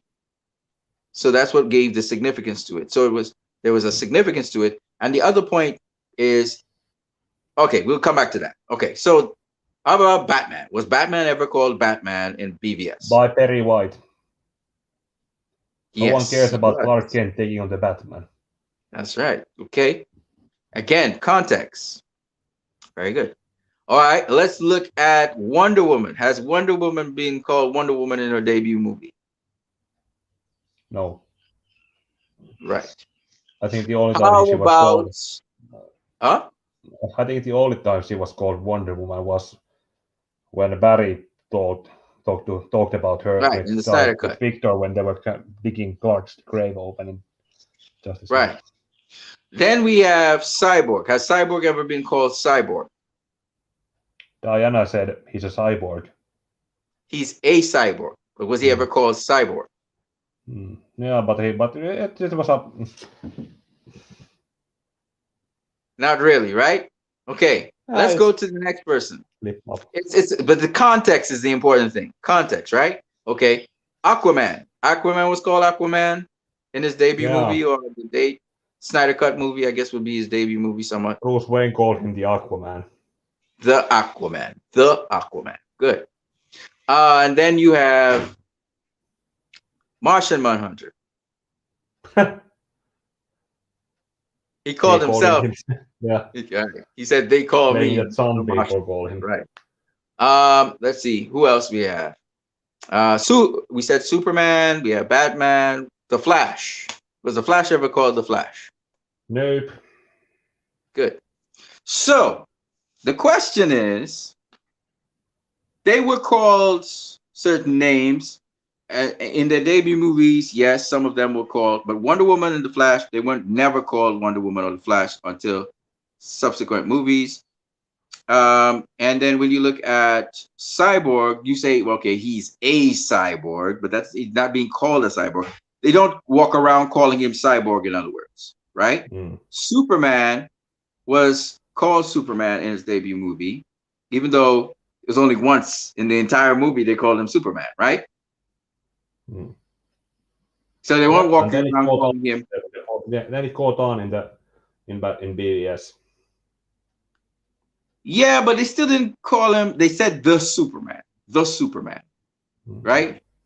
They didn't call him Superman. They weren't walking around like in the Snyder Cut where Cyborg calls him Superman, right? They weren't calling him Superman. What I'm trying to say is there's a very important thing to what I'm saying. In all of comic book moviedom, if you look at all comic book moviedom, well, most of it, I wouldn't say all of it, but most of it, you don't really see the comic book characters going by their human or their personal names. Diana, Bruce, Clark, or Kal-El, or Victor, or Barry, or John Yeah, Jones. that basically John, depends on what characters they are interacting with, but and and when. hold on. Let me just make this point, and then you can go on here. Let me make the point, because the point is, even when they called Clark or they called Kal-El the Superman, that wasn't the first thing we heard about. We heard about Clark and Kal-El in Man of Steel. And what we Mm. were really looking at was the life of the person behind the Superman. When we look at Wonder Woman, they didn't even call her Wonder Woman for her own movie, right? However, Essentially, she because was in the that. first movie she didn't have a secret identity that she was No, no, no, living no, no, by. no, no, no, no, no, no, no. I'll show you what I mean. If you look at the Wonder Woman movie, It's called Wonder Woman. The movie's called Wonder Woman, right? Diana, however, is what they emphasize on throughout the movie, even though she creates a lot of wonder. The people in that world at that time were filled with wonder when they saw her do certain things. However, the point I'm making is she's Diana. And these Snyder Verse movies focus on the person more than they focus on gods. You know, I listen to a lot of people in all these other channels and groups and stuff, and they're saying, oh, when they talk about, you know, Zack Snyder, he always talks about the gods and the gods. No, no, no. Actually, he doesn't. What he actually focuses on is the people. If you pay attention, you think of the Aquaman, right? But that's not what we first hear about him. We first hear about him as Arthur Curry, right? The first thing that comes out of Bruce Wayne's mouth is Arthur Curry, the Aquaman, right? The Aquaman comes secondary to Arthur Curry. The story is really about Arthur Curry. And you don't hear them calling him Aquaman again for the rest of the film, because the focus is not on Aquaman, which is the godlike thing. It's like this, you know, what we like to watch comics for, the Aquaman comics, right? Or the Aquaman film. No, we're focused on Arthur Curry, the person, right? You look at the Flash. Nowhere that they ever called him the Flash. However, how he behaves, how he moves is Flash-like, right? It's like a flash of lightning. You can clearly see from the pictography, he's a Flash, right? Okay. So the Flash suits him, but they did not focus on his abilities and his godlike capabilities. They focused on Barry. Barry Allen, yeah. Barry Allen, right. There you go. Barry Allen, the person, right? Barry Allen. Victor Stone is a cyborg. He's a machine and a human, right? He's this thing that's put together by some strange alien technology, right? But they don't focus on that, or even on his ability. They focus on his abilities a little bit to say what he could do. But for the most part, it's in the context of inspiring him to see that he's useful, that he's something special, right? Because they're not focused on the cyborg or on Cyborg, they're focused on Victor Stone, right? They're focused on Victor Stone. The person behind the things, yeah. Yes. They do. That is something that they do. Man of Steel, for example, was a Clark Kent wearing the Superman costume movie. So Clark Kent wasn't like Clark Kent in Superman 1970, what was it, 9? 8? In the 1978 movie, the Superman movie, they, from my opinion, it was, yeah, when he was portrayed by Jeff East, that was Clark Kent, the person Clark Kent. But when Christopher Reeve took over, it was basically just Superman posing as Clark Kent as he walked among the people. That's basically how I have seen it. Yes. But in Zack Snyder's Justice League, they go back to the George Reeves version where Clark is the person. Clark is the real person because that's how he's been culturized. That's how he's been raised.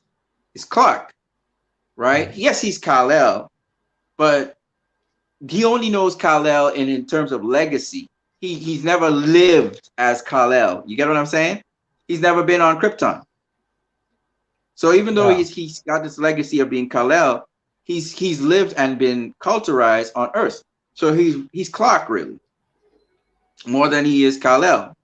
Kal-El's more of the godlike one, right?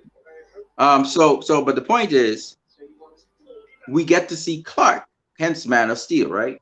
So it's about, when you look at Zack Snyder and how he's done his movies and the Snyderverse, whether it's movie directed by him or not, you look at it, even Suicide Squad, I'm going to go even that far. Suicide Squad is interesting, but Joker's Joker.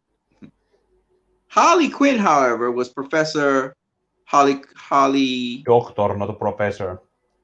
She was a doctor. It's something that I have somehow learn kind of that first you She get was a Doctor. doctorate, and then you do whatever thesis after that, and then you can get a professor title. It basically goes from Right. doctor to professor, Well, and Harvey was she just a wasn't a doctor. professor or Harvey was had anything. a I think she was doctorate. just a doctor because she was in a mental hospital. But she was Dr. Harley Quinn or something like that, whatever her name is. And then she became Harley Quinn, right? Because Yeah, she literally was that now. She was Harley Quinn. That's who she was. With Joker, Joker's Joker, right? However, when you look at what's the guy's name? The guy who did Joker the movie, he actually had that guy have an actual name, and then he transformed into the Joker. So this it's interesting how certain characters in the DCEU are exactly what they are. So when you call Joker Joker, it's because Joker's Joker. He's no longer any other alias. Harley Quinn's Harley Quinn. She's no longer any alias. That's what she really is. You know. However, Deadshot. What's Deadshot's actual name? Forgot. So, something Blake. Something Blake, right? Something like that. But they don't call Deadshot Deadshot. They call him by his normal name, right? Oh, again, yeah. just character Basically, studies. because to them there's not in the Bell Reef they didn't call him. Right. So all I'm saying is that what I like about the Snyderverse, which is different, I think, to any other comic book universe, even though if you think about Captain America, they call him Cap. They call him Cap. They call him Cap all the time, or Captain Most America. people are using that. Yeah, they call Iron Man, even though his real name was what was his real name? I forgot. I forgot what his real name is. See, Uh, because the CW Lloyd. does it too. CW calls Superman Superman, and so on and so on and so on, right? Supergirl Supergirl, and I got. And but when you look at Bruce and Clark when they were fighting one another, Clark was calling Bruce Bruce, and Yeah. Bruce they're in costume and they're calling each other their personal name. Yeah, Bruce that is was calling because he Clark was Clark. trying to reach the man behind the mask, because who was That's right. at the time mostly consumed by the man by the bat in it. Right. The So manga some review people I call made, by the way, I don't like I put out. It has this opening that goes that says something like this, like two words making one, a name he had made for himself when Halloween melodrama had appealed to him.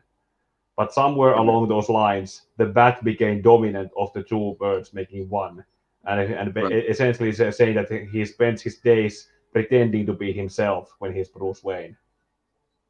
right, exactly. So I think you showed me that actually. So Bruce Wayne is the person, whereas Yeah, Batman is not yeah, necessarily yeah, but yeah, that is basically that he is basically he tells himself that Batman is the person and Bruce Wayne is the mask, but it is debatable, and most people like well, Alfred doesn't buy Zack that. Snyder, Dick Grayson never bought that because Alfred likes to Zack think that Snyder he showed, raised. yeah. What I'm trying to say is, but Zack Snyder showed that Bruce Wayne was the person. He had Bruce Wayne as the person. He wasn't pretending to be anything. Bruce Wayne was the real person, and Batman is the mask, which is why Alfred tells Bruce Wayne the bat didn't bring about anything. Bruce Wayne got results. So you need to go by Lex Luthor as Bruce Wayne. And Yeah, then that Bruce was Wayne goes, yeah, that was a thing I think I brought. Did I bring that up in my in the review I made? yes, you did. Yes, you did. So I think that Zach decided to focus on Bruce. And Bruce is the key to Batman, what Batman really is. And that's why I always feel like Zach actually gave us an intimate dive into mythos or into mythical characters. He's showing us that the gods, or what we consider the gods, are just persons like ourselves that make mistakes and they try their best to do the right thing. That's what Zach actually did. He cracked that. He cracked the wall that makes us deify people and worship people. And to me, that's the beautiful thing. And to me, Zach is saying it's not necessarily the person that's the heroic thing. It's the values that that person has that's the heroic thing. You Yeah, know? that's also Uh, something that yeah. Jeff Johns of all people wrote into the Infinite Crisis storyline, where where in the end where Superman was facing off against Superboy Prime, and a Right. version of himself who was basically young version and who knew Superman and as the hero that he was supposed to grow up into, but somewhere in the line he lost his way and became Superboy Prime, and he told Superboy Prime that it doesn't matter where you're from, if it, as in from a better version of your world, or what powers you have, or what symbol you have on your. This would work better if I had the Superman shirt, or what symbol you Right. wear on your chest. It's the actions that matter, and those Right. are what good. Exactly.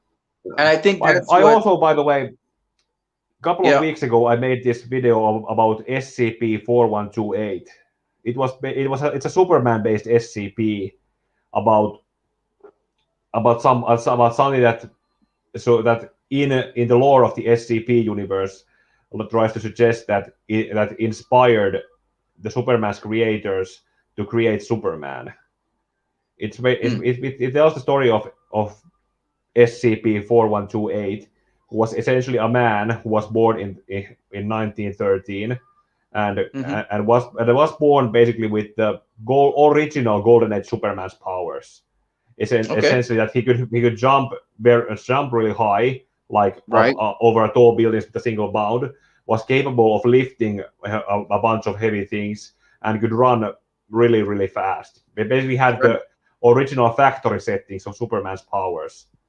Right. And so at some point in the early 30s, he he was found by Jerry Siegel, and Jerry Siegel saw him use his powers, and then used the encounter of when he met the SCP to create Superman, being based on that.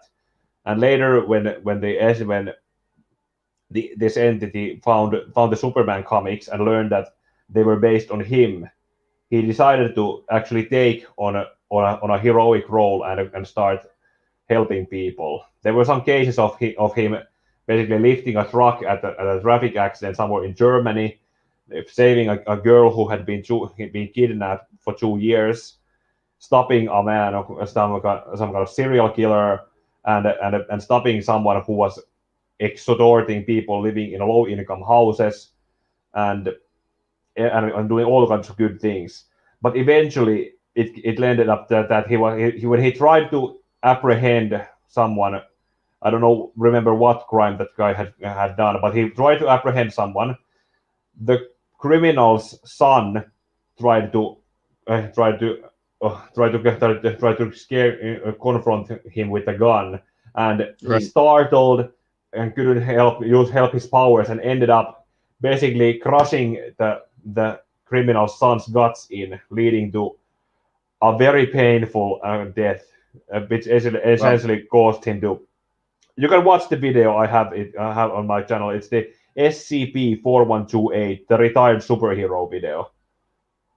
It's Okay. also something that when I made the video and I read the transcript written for the two interviews and interrogation stuff, I really I seriously immersed myself into the role of both the interviewing doctor and the Superman SCP. And while I read his lines in the interview, I really truly started to feel the pain, agony, Mm. regret, and everything he felt in that moment Mm. where he was. If you watch the video and try to listen to my performance reading the transcript, you can see it for yourself. Okay. So this is an actual person that existed, or this is fiction? It's fiction. SCPs are fictions created by creative writers, but it was Nice. essentially told to be in the universe of the SCP Foundation, that a person who would have existed in that Right. universe at that time and met that universe's creator, people who created Superman and inspired them to create Superman. So cool. So cool. Um, yeah, so basically you just summarized everything that I just said about the Snyderverse. I think the Snyderverse, okay, so for example, I don't want to use the Marvel verse, but I'm going to use it. So the MCU, which is the Marvel Cinematic Universe, they have characters in there. And the characters are great, okay? But I always feel like the characters are not authentic. I never feel there's a certain degree of authenticity, but I feel like it's all Hollywood. Like the way how these characters are approached is from a Hollywood perspective. Now there are certain MCU movies, I'm sorry, MCU TV series that feel organic and they feel very down to earth, right? You know, I think of the blind superhero. What was his name? Uh, Daredevil was blind. Daredevil. Yes, Daredevil. That's right. Daredevil was pretty grounded, and even the Punisher was pretty grounded. So those two movies were very grounded. But still, even in spite of all of that, I still felt like there was this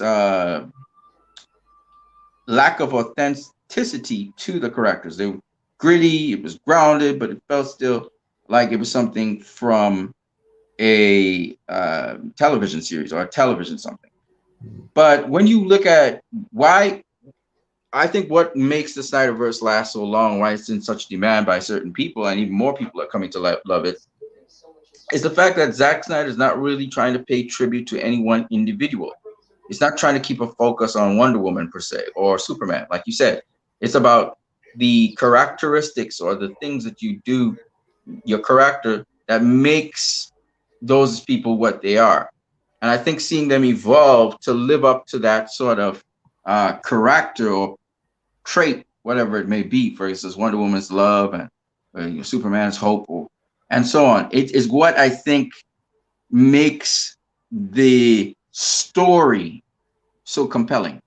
Superman is all about hope, right? He's all about hope. And Zach was able to isolate that really in a very potent way, even though Superman's not from this world and he's really an outsider to some degree to our world.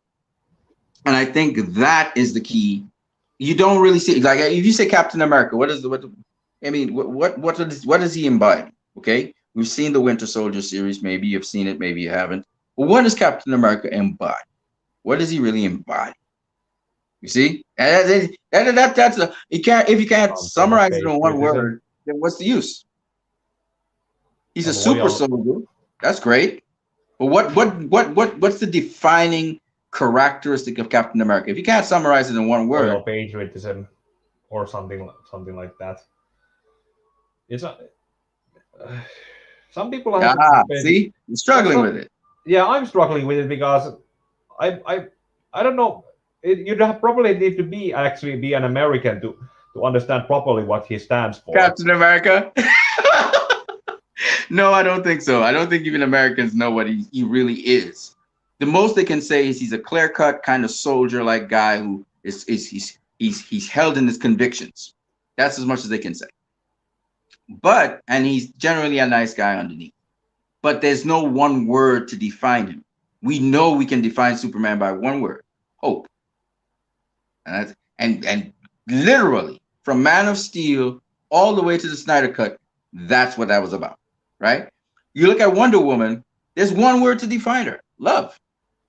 There's one word to define her.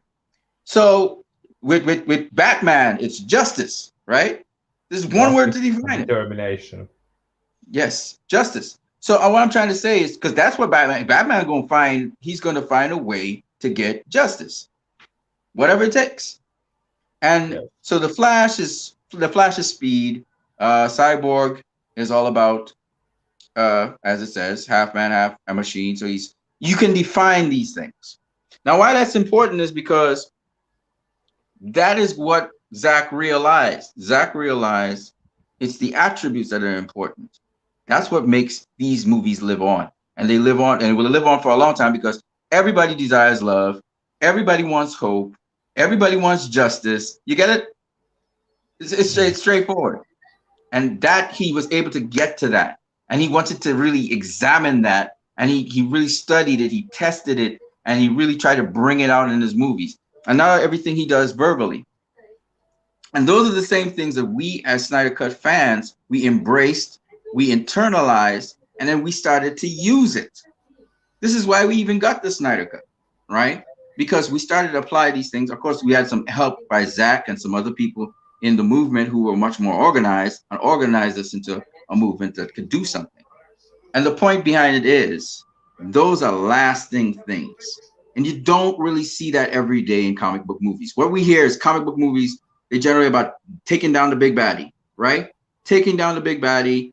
And it's not about a journey. It's not about really growing. The comic book characters are steadfast. For instance, Captain America, how much evolution and growth has he had? Yes, he's had a ton of different suits, but he's the same guy from World War II. He's the same guy from World War II.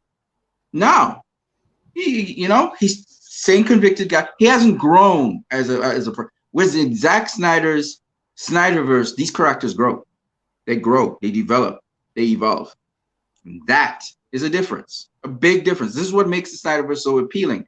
Not to mention the 100 million different Easter eggs and the appeals to the different comic book literature. Like if you're a comic book geek, you have your comic book dream, right? I'm not saying Kevin Feige doesn't do a good job with that either, but I'm just saying, like Zack Snyder, literally everything means something. So I'll give you an example.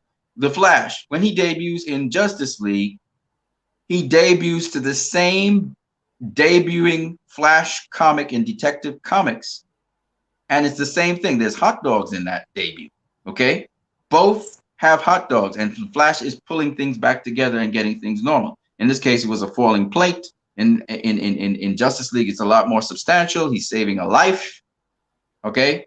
So it's one of those things where if you really pay attention to, and he gives the hot dog to the dog. So it's not just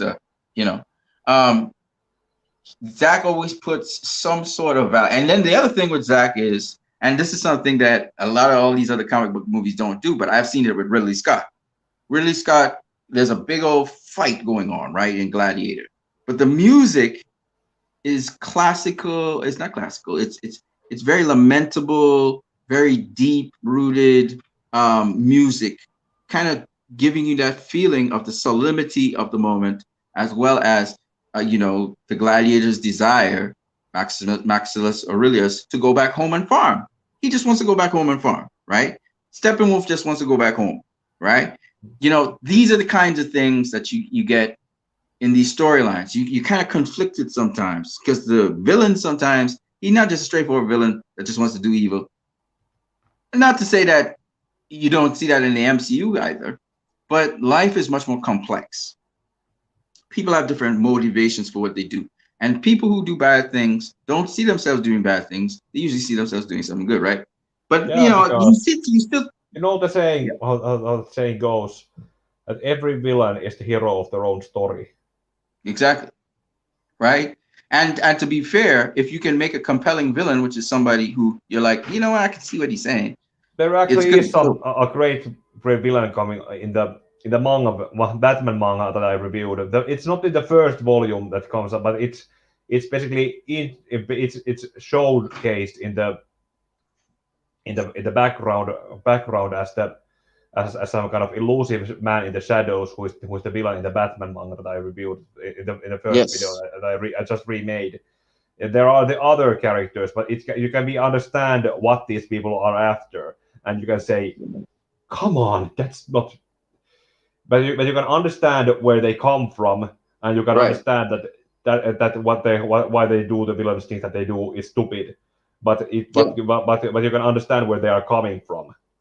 Yes. In fact, so controversial it can be, you think of the Joker movie, and you really kind of empathize to some degree with Joker. Yeah, you empathize with him before he starts killing people. After that, the empathy just flies out the window because you empathize when he's suffering. That's the part where you empathize. But then when he starts to channel the pain he goes through by pulling the by becoming not I'm not gonna say the Joker. I'm just gonna say him is Joker, not the Joker, just Right, Joker. That's right. where people stop feeling empathy for him. Well, actually, That's I just still had where empathy for him to some degree because it's what Jor-El said in Man of Steel. It's essentially we empathize him for who the man he was, but not the monster he essentially right, evolved he's becoming. into. Yeah. Well, I wouldn't say empathize, but I understood him. In other words, I understood his reasons for killing his mother. I understood his reasons for killing the guys in the uh in the subway. You understand what I'm saying? Because they were Yes, yes, bullies. yeah, So I understood why he did what he did, and I even understand why he became what he became. I think the understanding is what makes a villain, like they say, a really good villain, because you get where they're coming from. You may not agree with the actions they took, but you get where they're coming from. So it's not necessarily empathize, like you said, but more understand.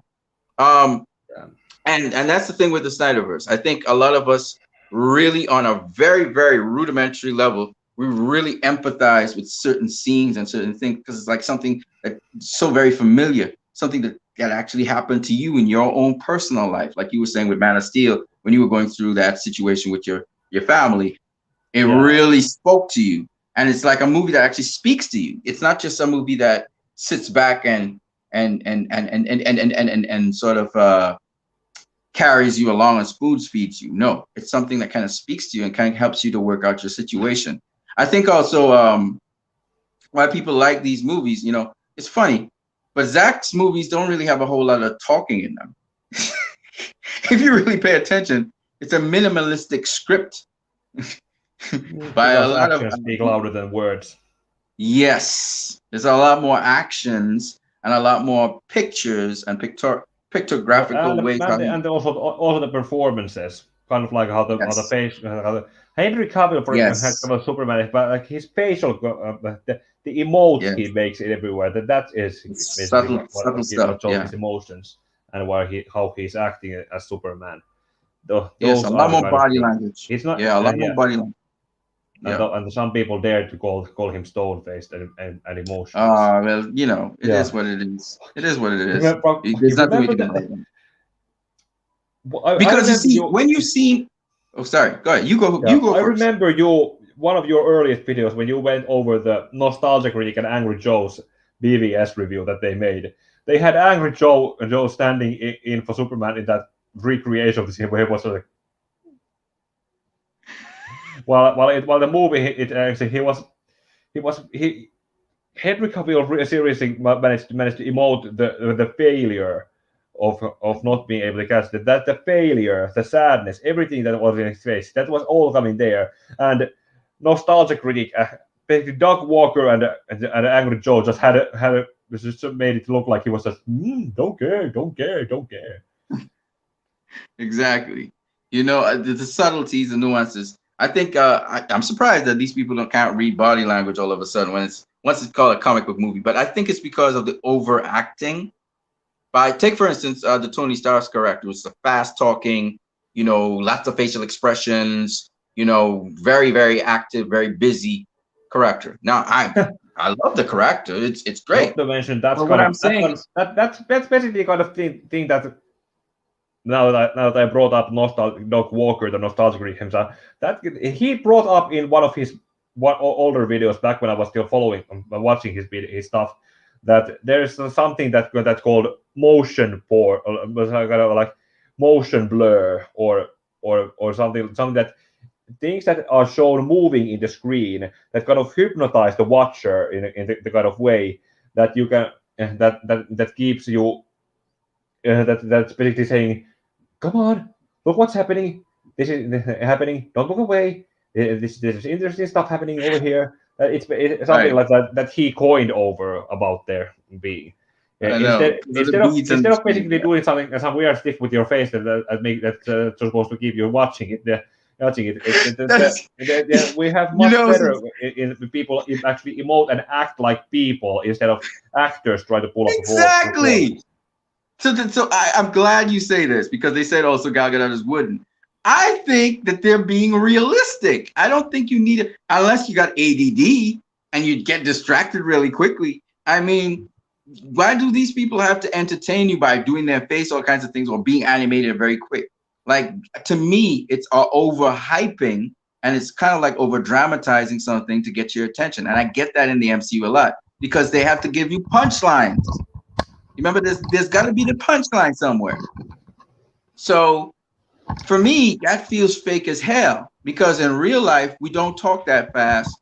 Or some people do, but not like that. And they're not always telling jokes all the time. So that's not realistic to me. I do understand the flawed characters that they talk about and how there's clashes. But just look at Joss Whedon's Justice League. He tried to do exactly that with Justice League, and it sucked. Yeah, the Flash especially. Exactly. Fast talking, stuff, and it just didn't work because that universe is more organic. And Zach began Man of Steel in an organic sort of way. Krypton looked organic. Man of Steel, the Kent farm looked very organic. It was an organic setting. So that's the thing about, and Zach even said that. That's coming from an organic place. And that's the thing. Smallville, what made Smallville so good, even though it's still fake, it's still kind of Hollywood, was the organic reaction of the Superman guy, right? And his father and his family, middle America, normal behaving people in an abnormal village, right? And I think that's the key to these characters, that Zach brought to the table, the organic nature of them. And it's so weird when I was listening to one of the streams on YouTube here, where one guy, he critiqued the Snyder Cut, saying that the songs in the scenes of the Snyder Cut, the songs, not Junkie XL soundtrack, but the songs with the actual lyrics, he wanted to say that, these songs are sort of like telling you what to feel. And I'm like, what are you talking about, bro? They're describing the Depends on scene. what That's all they're doing. They're not depends on telling also you how what to kind of feel. music you're talking about. You noticed how in the Flashpoint video I added music Right.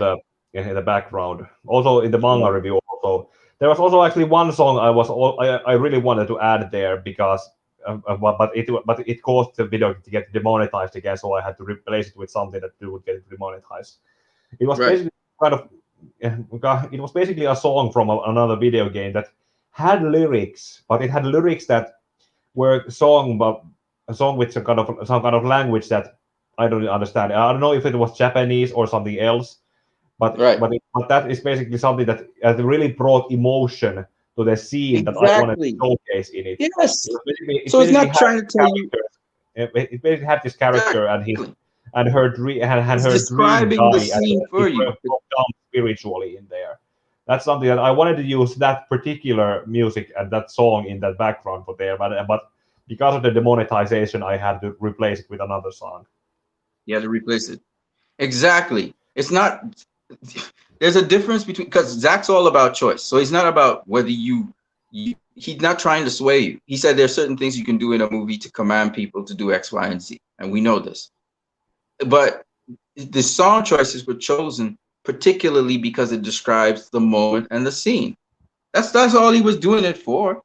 And he chose some weird song choices to some people because they're not used to hearing that kind of stuff on a regular. So they anticipate when it's a big hero, there should be a big heroic song. And Zach said, no, I'm going to come with an intimate song, and you're going to see what's going on in that person's mind. I'm going to go that route instead of go the route of, okay, big heroic bang or badass song. Like when Aquaman stepping out, going to the sea, coming out of the pub. Everybody was expecting some kind of badass song, down, down, down, down, because he's throwing down his beer. But no, the song is about how he feels inside and how he's feeling outside, and the control of that. So that's where it comes from. Wait. What scene were you talking about there? Which scene was Right. that? So when Aquaman is coming out of the pub after he saves the guy, and he has the beer in his hand, Oh and he yeah, throws the beer yeah. down, Now I know what you're talking about. Yeah, that. "There is a King" is the name of the song. Yeah. Should check it out. Should check out the lyrics too. It's very revealing. Yeah, that it is So very.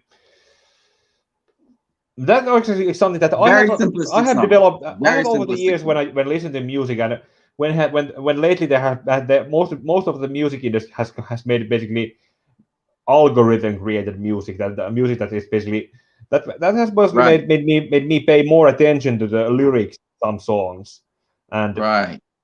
that also So that made was me a very organic song from, I think it's 1980 something, or 1990 something. It's a very organic song, very simple chords, and it's the strength of the songs in the lyrics.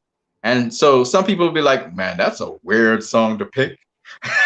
But for me, it like, because I'm a creative person like that, I really enjoyed the song. And I was like, I need to look this song up and see what these lyrics are saying. And I went and looked it up, and it's perfectly exactly the situation Aquaman is going through, and also kind of instructive to us about, the world inside of us and the world outside of us. There's a kingdom. It's there is a king, there's a kingdom.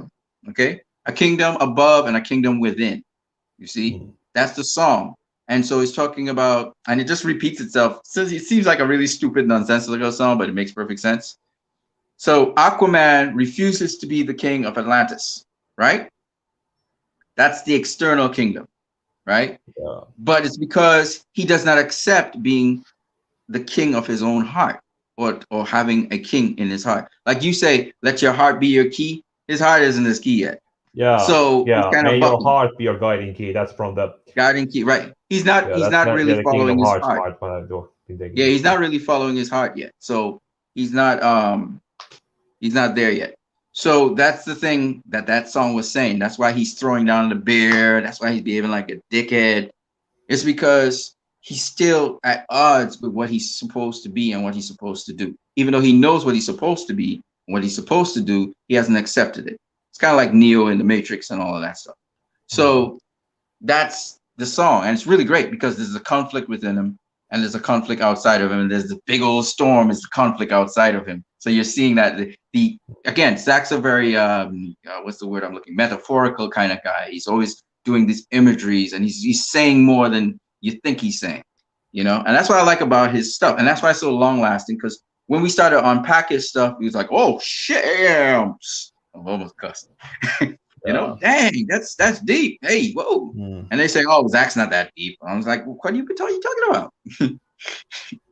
Right. So yeah, so that's the uniqueness of the Snyderverse. Anything you want to add to that? Because there's plenty more to add, but I'm just gonna leave that alone a little bit.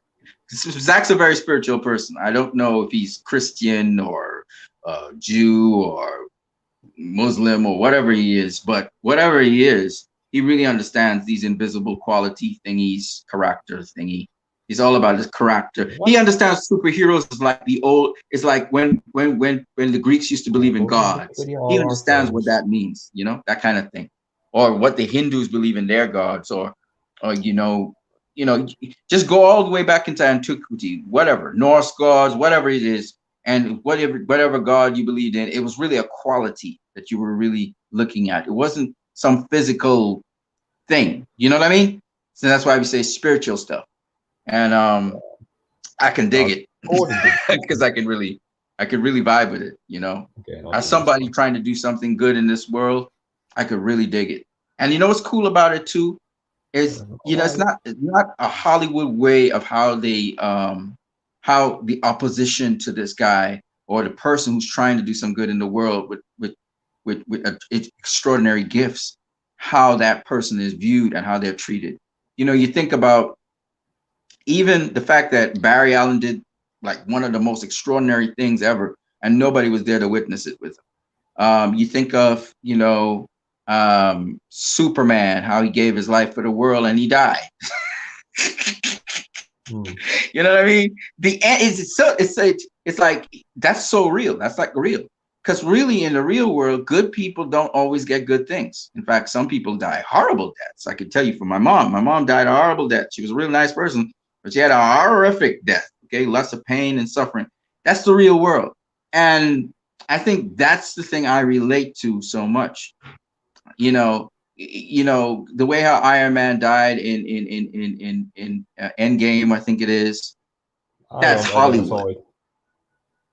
I didn't see it either, but I heard it was like a fantastic ending and stuff. And I'm like, okay, so he kind of chose. He got to choose how he ended, and it was glorious and blah blah blah blah. That ain't realism, bruh. That ain't realism. I Okay, tell it's you, nothing on Wikipedia about Zack somebody Snyder's who's fate. a friend of a guy that I work for, he got shut up 7 times inside of his establishment while he was selling baked goods. He was a baker. He got shut up 7 times. Up to this day, we don't know what he did to whoever, because he was a decent guy. Everybody knew him as a decent guy, very progressive guy, and he just got shut up 7 times. That's real life. Now, when a lot of people want to say, "Oh, that can't happen to Superman in a movie. Superman can't just die." What are you talking about? Good people die, man. Heroes die. Okay, people die. That's real life. So I never quite understood this stuff. And to me, that's realistic. I think that's what makes the Snyderverse so unique. Snyderverse is not going to give you a pass because you're a good person. You're not going to have it easy in life just because you try to do something that's good. It Yeah, doesn't that's work like basically that. how anime works too. How? Anime rules also. Basically, even children are not safe from anything bad in animes. Exactly. You know what I mean? So, I mean, and to me, those mythical stories are the best mythical stories ever because you can really truly relate to it. Like he says, these heroes are coming to our world. That's what he tried to do. He didn't try to put these heroes in some fantastical world and then tell you a bedtime story that you want to hear. Yeah, mostly Greek tragedies that you can learn from. Exactly. The real old school storytelling. Sometimes you're scared stiff before you go to sleep after they finish telling you an old school story, old school fable. You're scared. uh, Yeah, that's so why I usually take a shot before take a shot before going to sleep. you take a shot. Most not all the time. Mostly when I'm. It's mostly ever since I had a rabbit. Remember, I Yeah. but now the rabbit has moved back to my brother's place because it was always just temporarily in my care. Okay. But though during that time when I had the rabbit, it kept lapping, bashing its leg its cage, or making all kinds of noises in its cage during night and so on. I got used to that, but now that Right. he's not here anymore, every kind of noise or sound that comes from wherever it does because heat makes some wood knack or knack or something or kind of this kind of noises. All of that makes me go, Makes you jump. yeah, Right. that makes me fun because I know that it's not what I have been used to anymore. It's basically all those other kinds of voices that had been closed off or went over that. Hmm. That's I hear basically that. why I hear I usually why at my most nervous it's clock it's take a shot or Take a some swing. kind of sleeping aid that helps because Well, let me not to mention because have gone through a lot of also because I have gone through you've gone SCPs and through a most of lot of those are stuff, bro. Yeah. Through a lot of stuff. And that's the thing. Those are the kinds of stories that for me tell how heroic a person can be. After you go through all the stuff and you still end up, trying to be still a good person. It's heroic in my opinion. I just think. Uh, so here are the following things we still got to talk about a little bit. AFSP and Feeding America, we're still trying to push that drive. If the Snyderverse continues onward, which more than likely it will with HBO Max and AT&T, I hope that they both AT&T, HBO Max would sort of join with us in a lot of donation drives. We want to really do a lot of drives, not just for AFSP and Feeding America, like I said before, but I have a friend on my next channel who's talking about suicide and he wants to be suicidal. And I asked him, is there a suicide foundation somewhere where you live? Because I think he's getting stressed out with the COVID now, and I think that's not a good thing for a lot of people. yeah, So but probably some things. The Red Cross, for example, there's that has its obviously there's and I have donated blood a few times oh, that's there, awesome too. Yeah, and Red Cross is and a also couple a of years ago I was donating money to I don't remember what cause, but I remember signing something sending monthly fundings to some charitable cause for a few. Then I realized that oh shit, I started to lose my money. I need to start saving for myself because otherwise I run out of money. So I You need to run out start of spending money. it. Yeah, that's the other thing. You need to know how to manage your money so you don't donate. Like I don't donate on a regular basis to anything. I donate one time, so I'm not tied down to any particular thing because there was a lot of people who want donations for all kinds of things all over the world. Like there's a friend of mine who wants to like me to donate all the time to the Philippines to the projects that they're doing there. And another guy with Bibles in Bangladesh and all this other different things.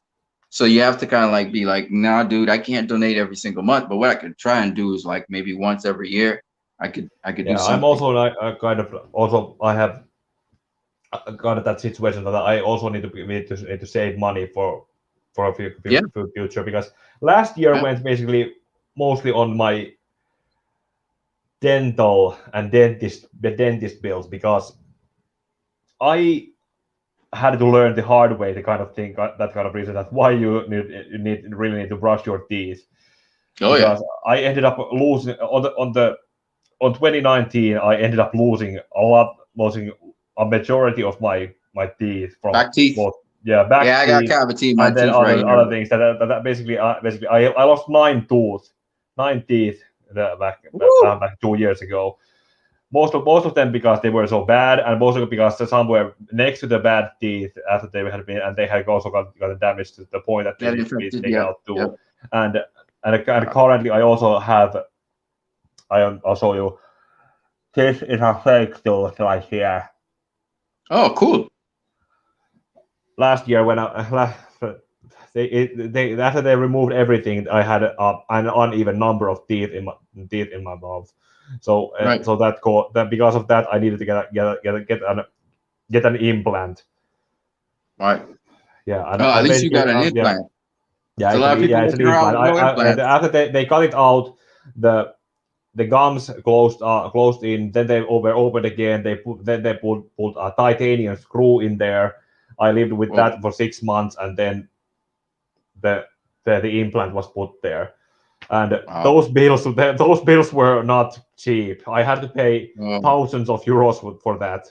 whoa. From well, for those things and then also I have been the dental hygienist. I actually need to get a new time for that too to get my teeth. I think you can check for that Wow. with the hygienist. And then also when I was I graduated in 2019 also, and during that time I was also paid a a fund. Stipend. Most students get a stipend, yeah. Yeah. But because I was also doing an internship as a way to do the thesis I was working on, I was paid there too.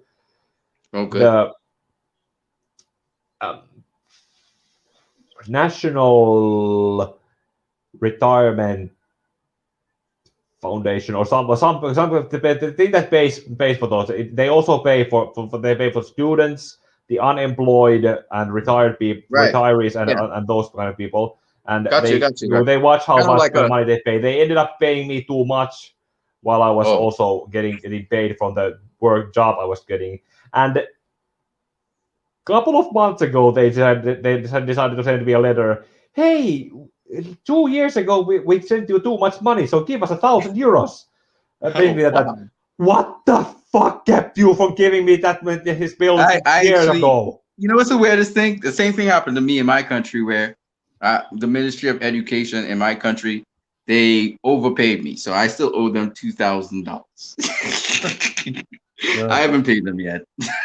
yeah, I did I'll get around to paying very them good. eventually. Not to mention, I bought a new PC also on the fall. For that money, also that was also the exact same amount they asked me back. But I was just if I had known that this was gonna happen, that Well, you were gonna because ask me for the money, I would have never bought the damn thing. well, that's funny. I know it's not funny for you, but it's funny how you said it. You look funny too. The thing about it is, seeing Pikachu angry is funny. um, But just take your time and pay them back. Is there a deadline at which you have to pay, or Yeah, you can that's just that's it's paid up. I have I okay, actually live a pretty much save when what I could and I can and don't really buy very much things that I do. okay. I buy manga. You can see in the manga review I show my manga collection. That I Oh, have been nice. buying. I have been buying here and then, and also some pop up figureheads that Are I you gonna also figure have. heads too? Yeah, like When do hold you on, think? When do I'll you show think we'll some. see? When do you think Uh, we'll see more live action manga? Because we don't really see a lot of live action manga. We've seen a lot of Did we comic get books and stuff. Did Have we we did live we action? just do a Demon Slayer movie? They did. Was that live action? Demon And Slayer. they have also made some live action version of Attack on Titan too. And Okay. uh, and also there was also that Full Metal Alchemist, but that wasn't really good because that was No. basically when you have dozens of volumes of manga, and then you decide to make a movie based on a couple of them. They end up cutting out some things that don't belong there, and characters that are well, some characters I really wanted to see that got taken out and replaced by someone else. Hey, talking about that, what do you think of um what's the name? Battle Angel. Alita. Alita Battle Angel. What do you think about that movie? Do you Yeah, think you want to that see a was great. sequel? I saw it in theaters when it came out. Right. I actually I That's a should think manga, about I it. think, I or should was make a yeah manga. I should yeah it's a manga that was that adapted to anime and that was Right. another thing. I should probably make a video about that at some point too. Oh yeah, please. That's a really great movie. Yeah, I want to see a sequel to yeah. that. I'm currently said at the beginning of the stream when I joined. I have a Witcher review I'm doing now for the on the Ooh, first Witcher. I season. haven't seen The Witcher yet. I should really Yeah, watch well it. I'll keep it as it's basically somewhat spoiler free. I do say that this person dies who shouldn't die It doesn't but matter. It doesn't matter. I'll still go watch The Witcher. I yeah. really do want to watch Yeah, that. yeah, because the second season is supposed to be coming at the end of the year. Right, right. Now, let's talk about Zack Snyder's Army of the Dead before I get out of here. So, what we must do is we must do the same things we've always been doing. We hashtag restore the Snyderverse. We have certain things that are coming up, certain dates and events. So, you guys stand by for that. Of course, I think we're supposed to, before Zack Snyder's Army of the Dead comes out, we're supposed to do hashtag something, I think after it or something like that. So, yeah, the usuals. The usuals we're doing. For those people who have HBO Max, come Twitter. subscriptions, keep it. Is HBO Max coming to you in your part of the world? Nope. Nope. And as I say in the No. opening of the Witcher review that I'm looking for some pirates way of streaming services, so I could get some way of watching the Godzilla versus Kong and the Mortal Kombat, some way that you any way of And you can that's see those really movies. possible.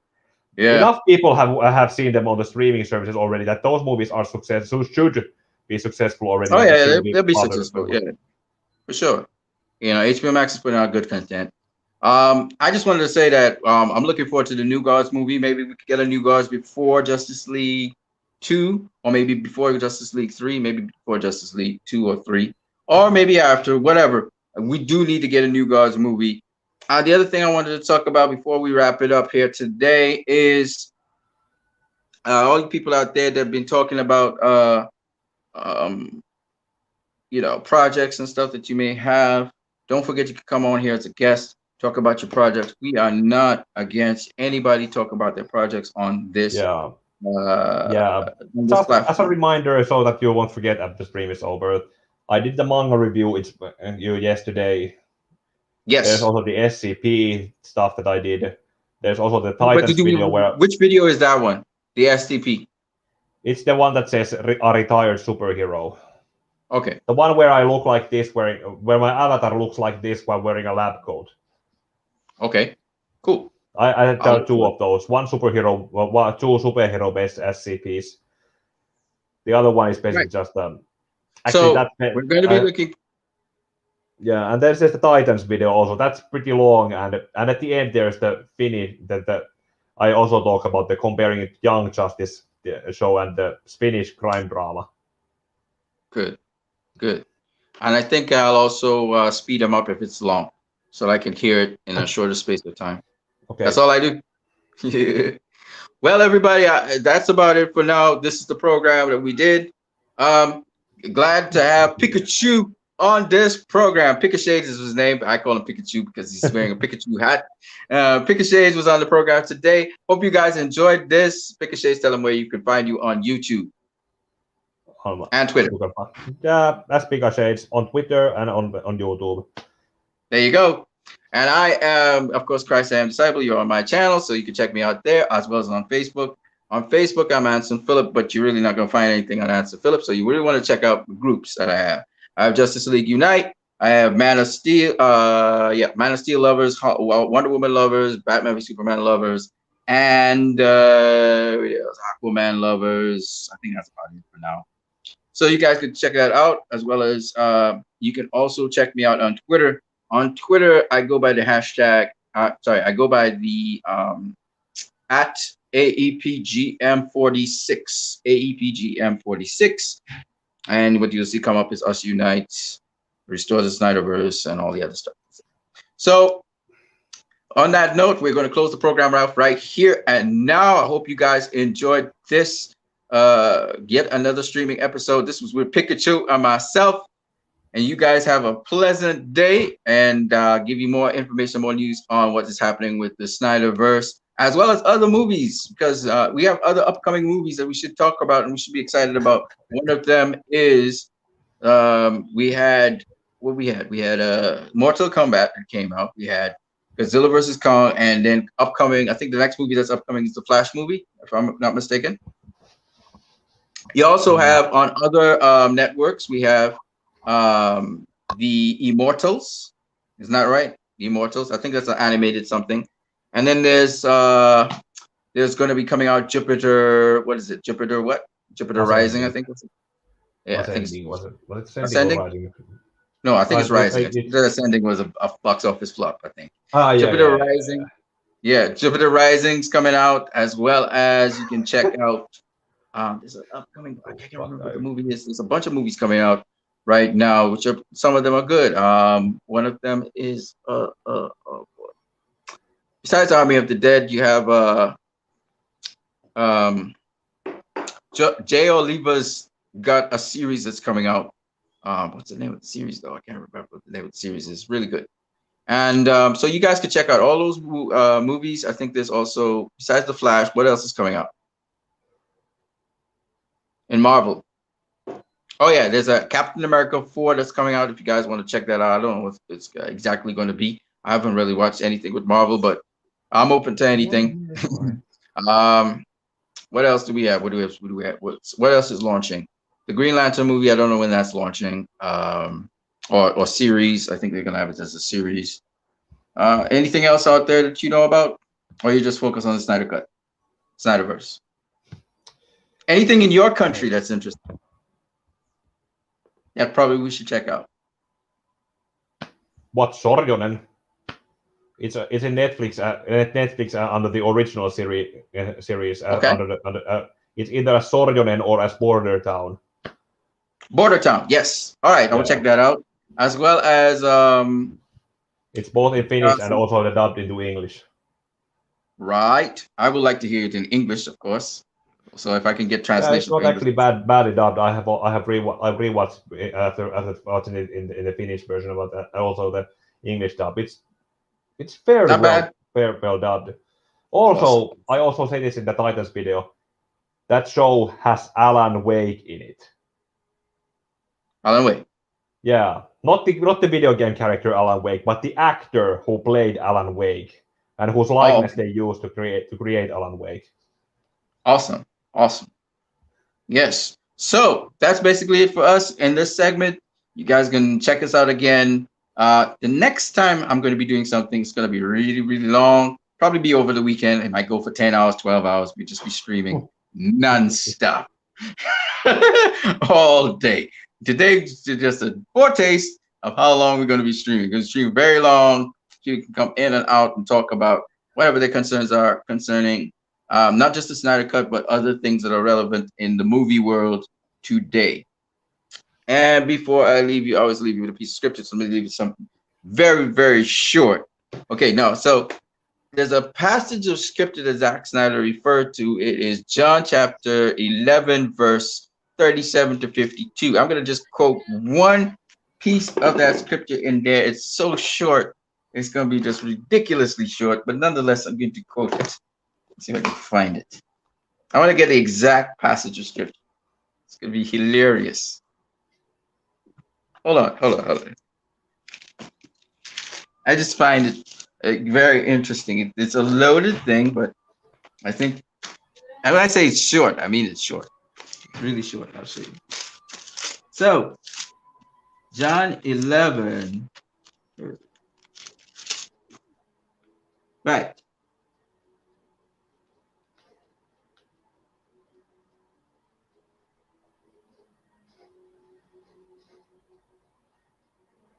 right, here it is. And it goes like this. Jesus wept.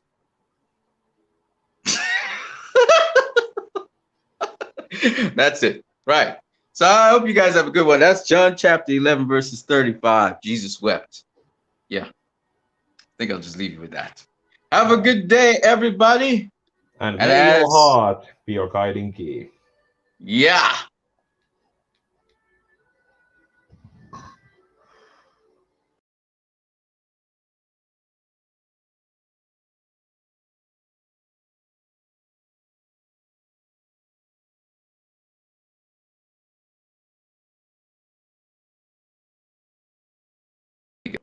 And it just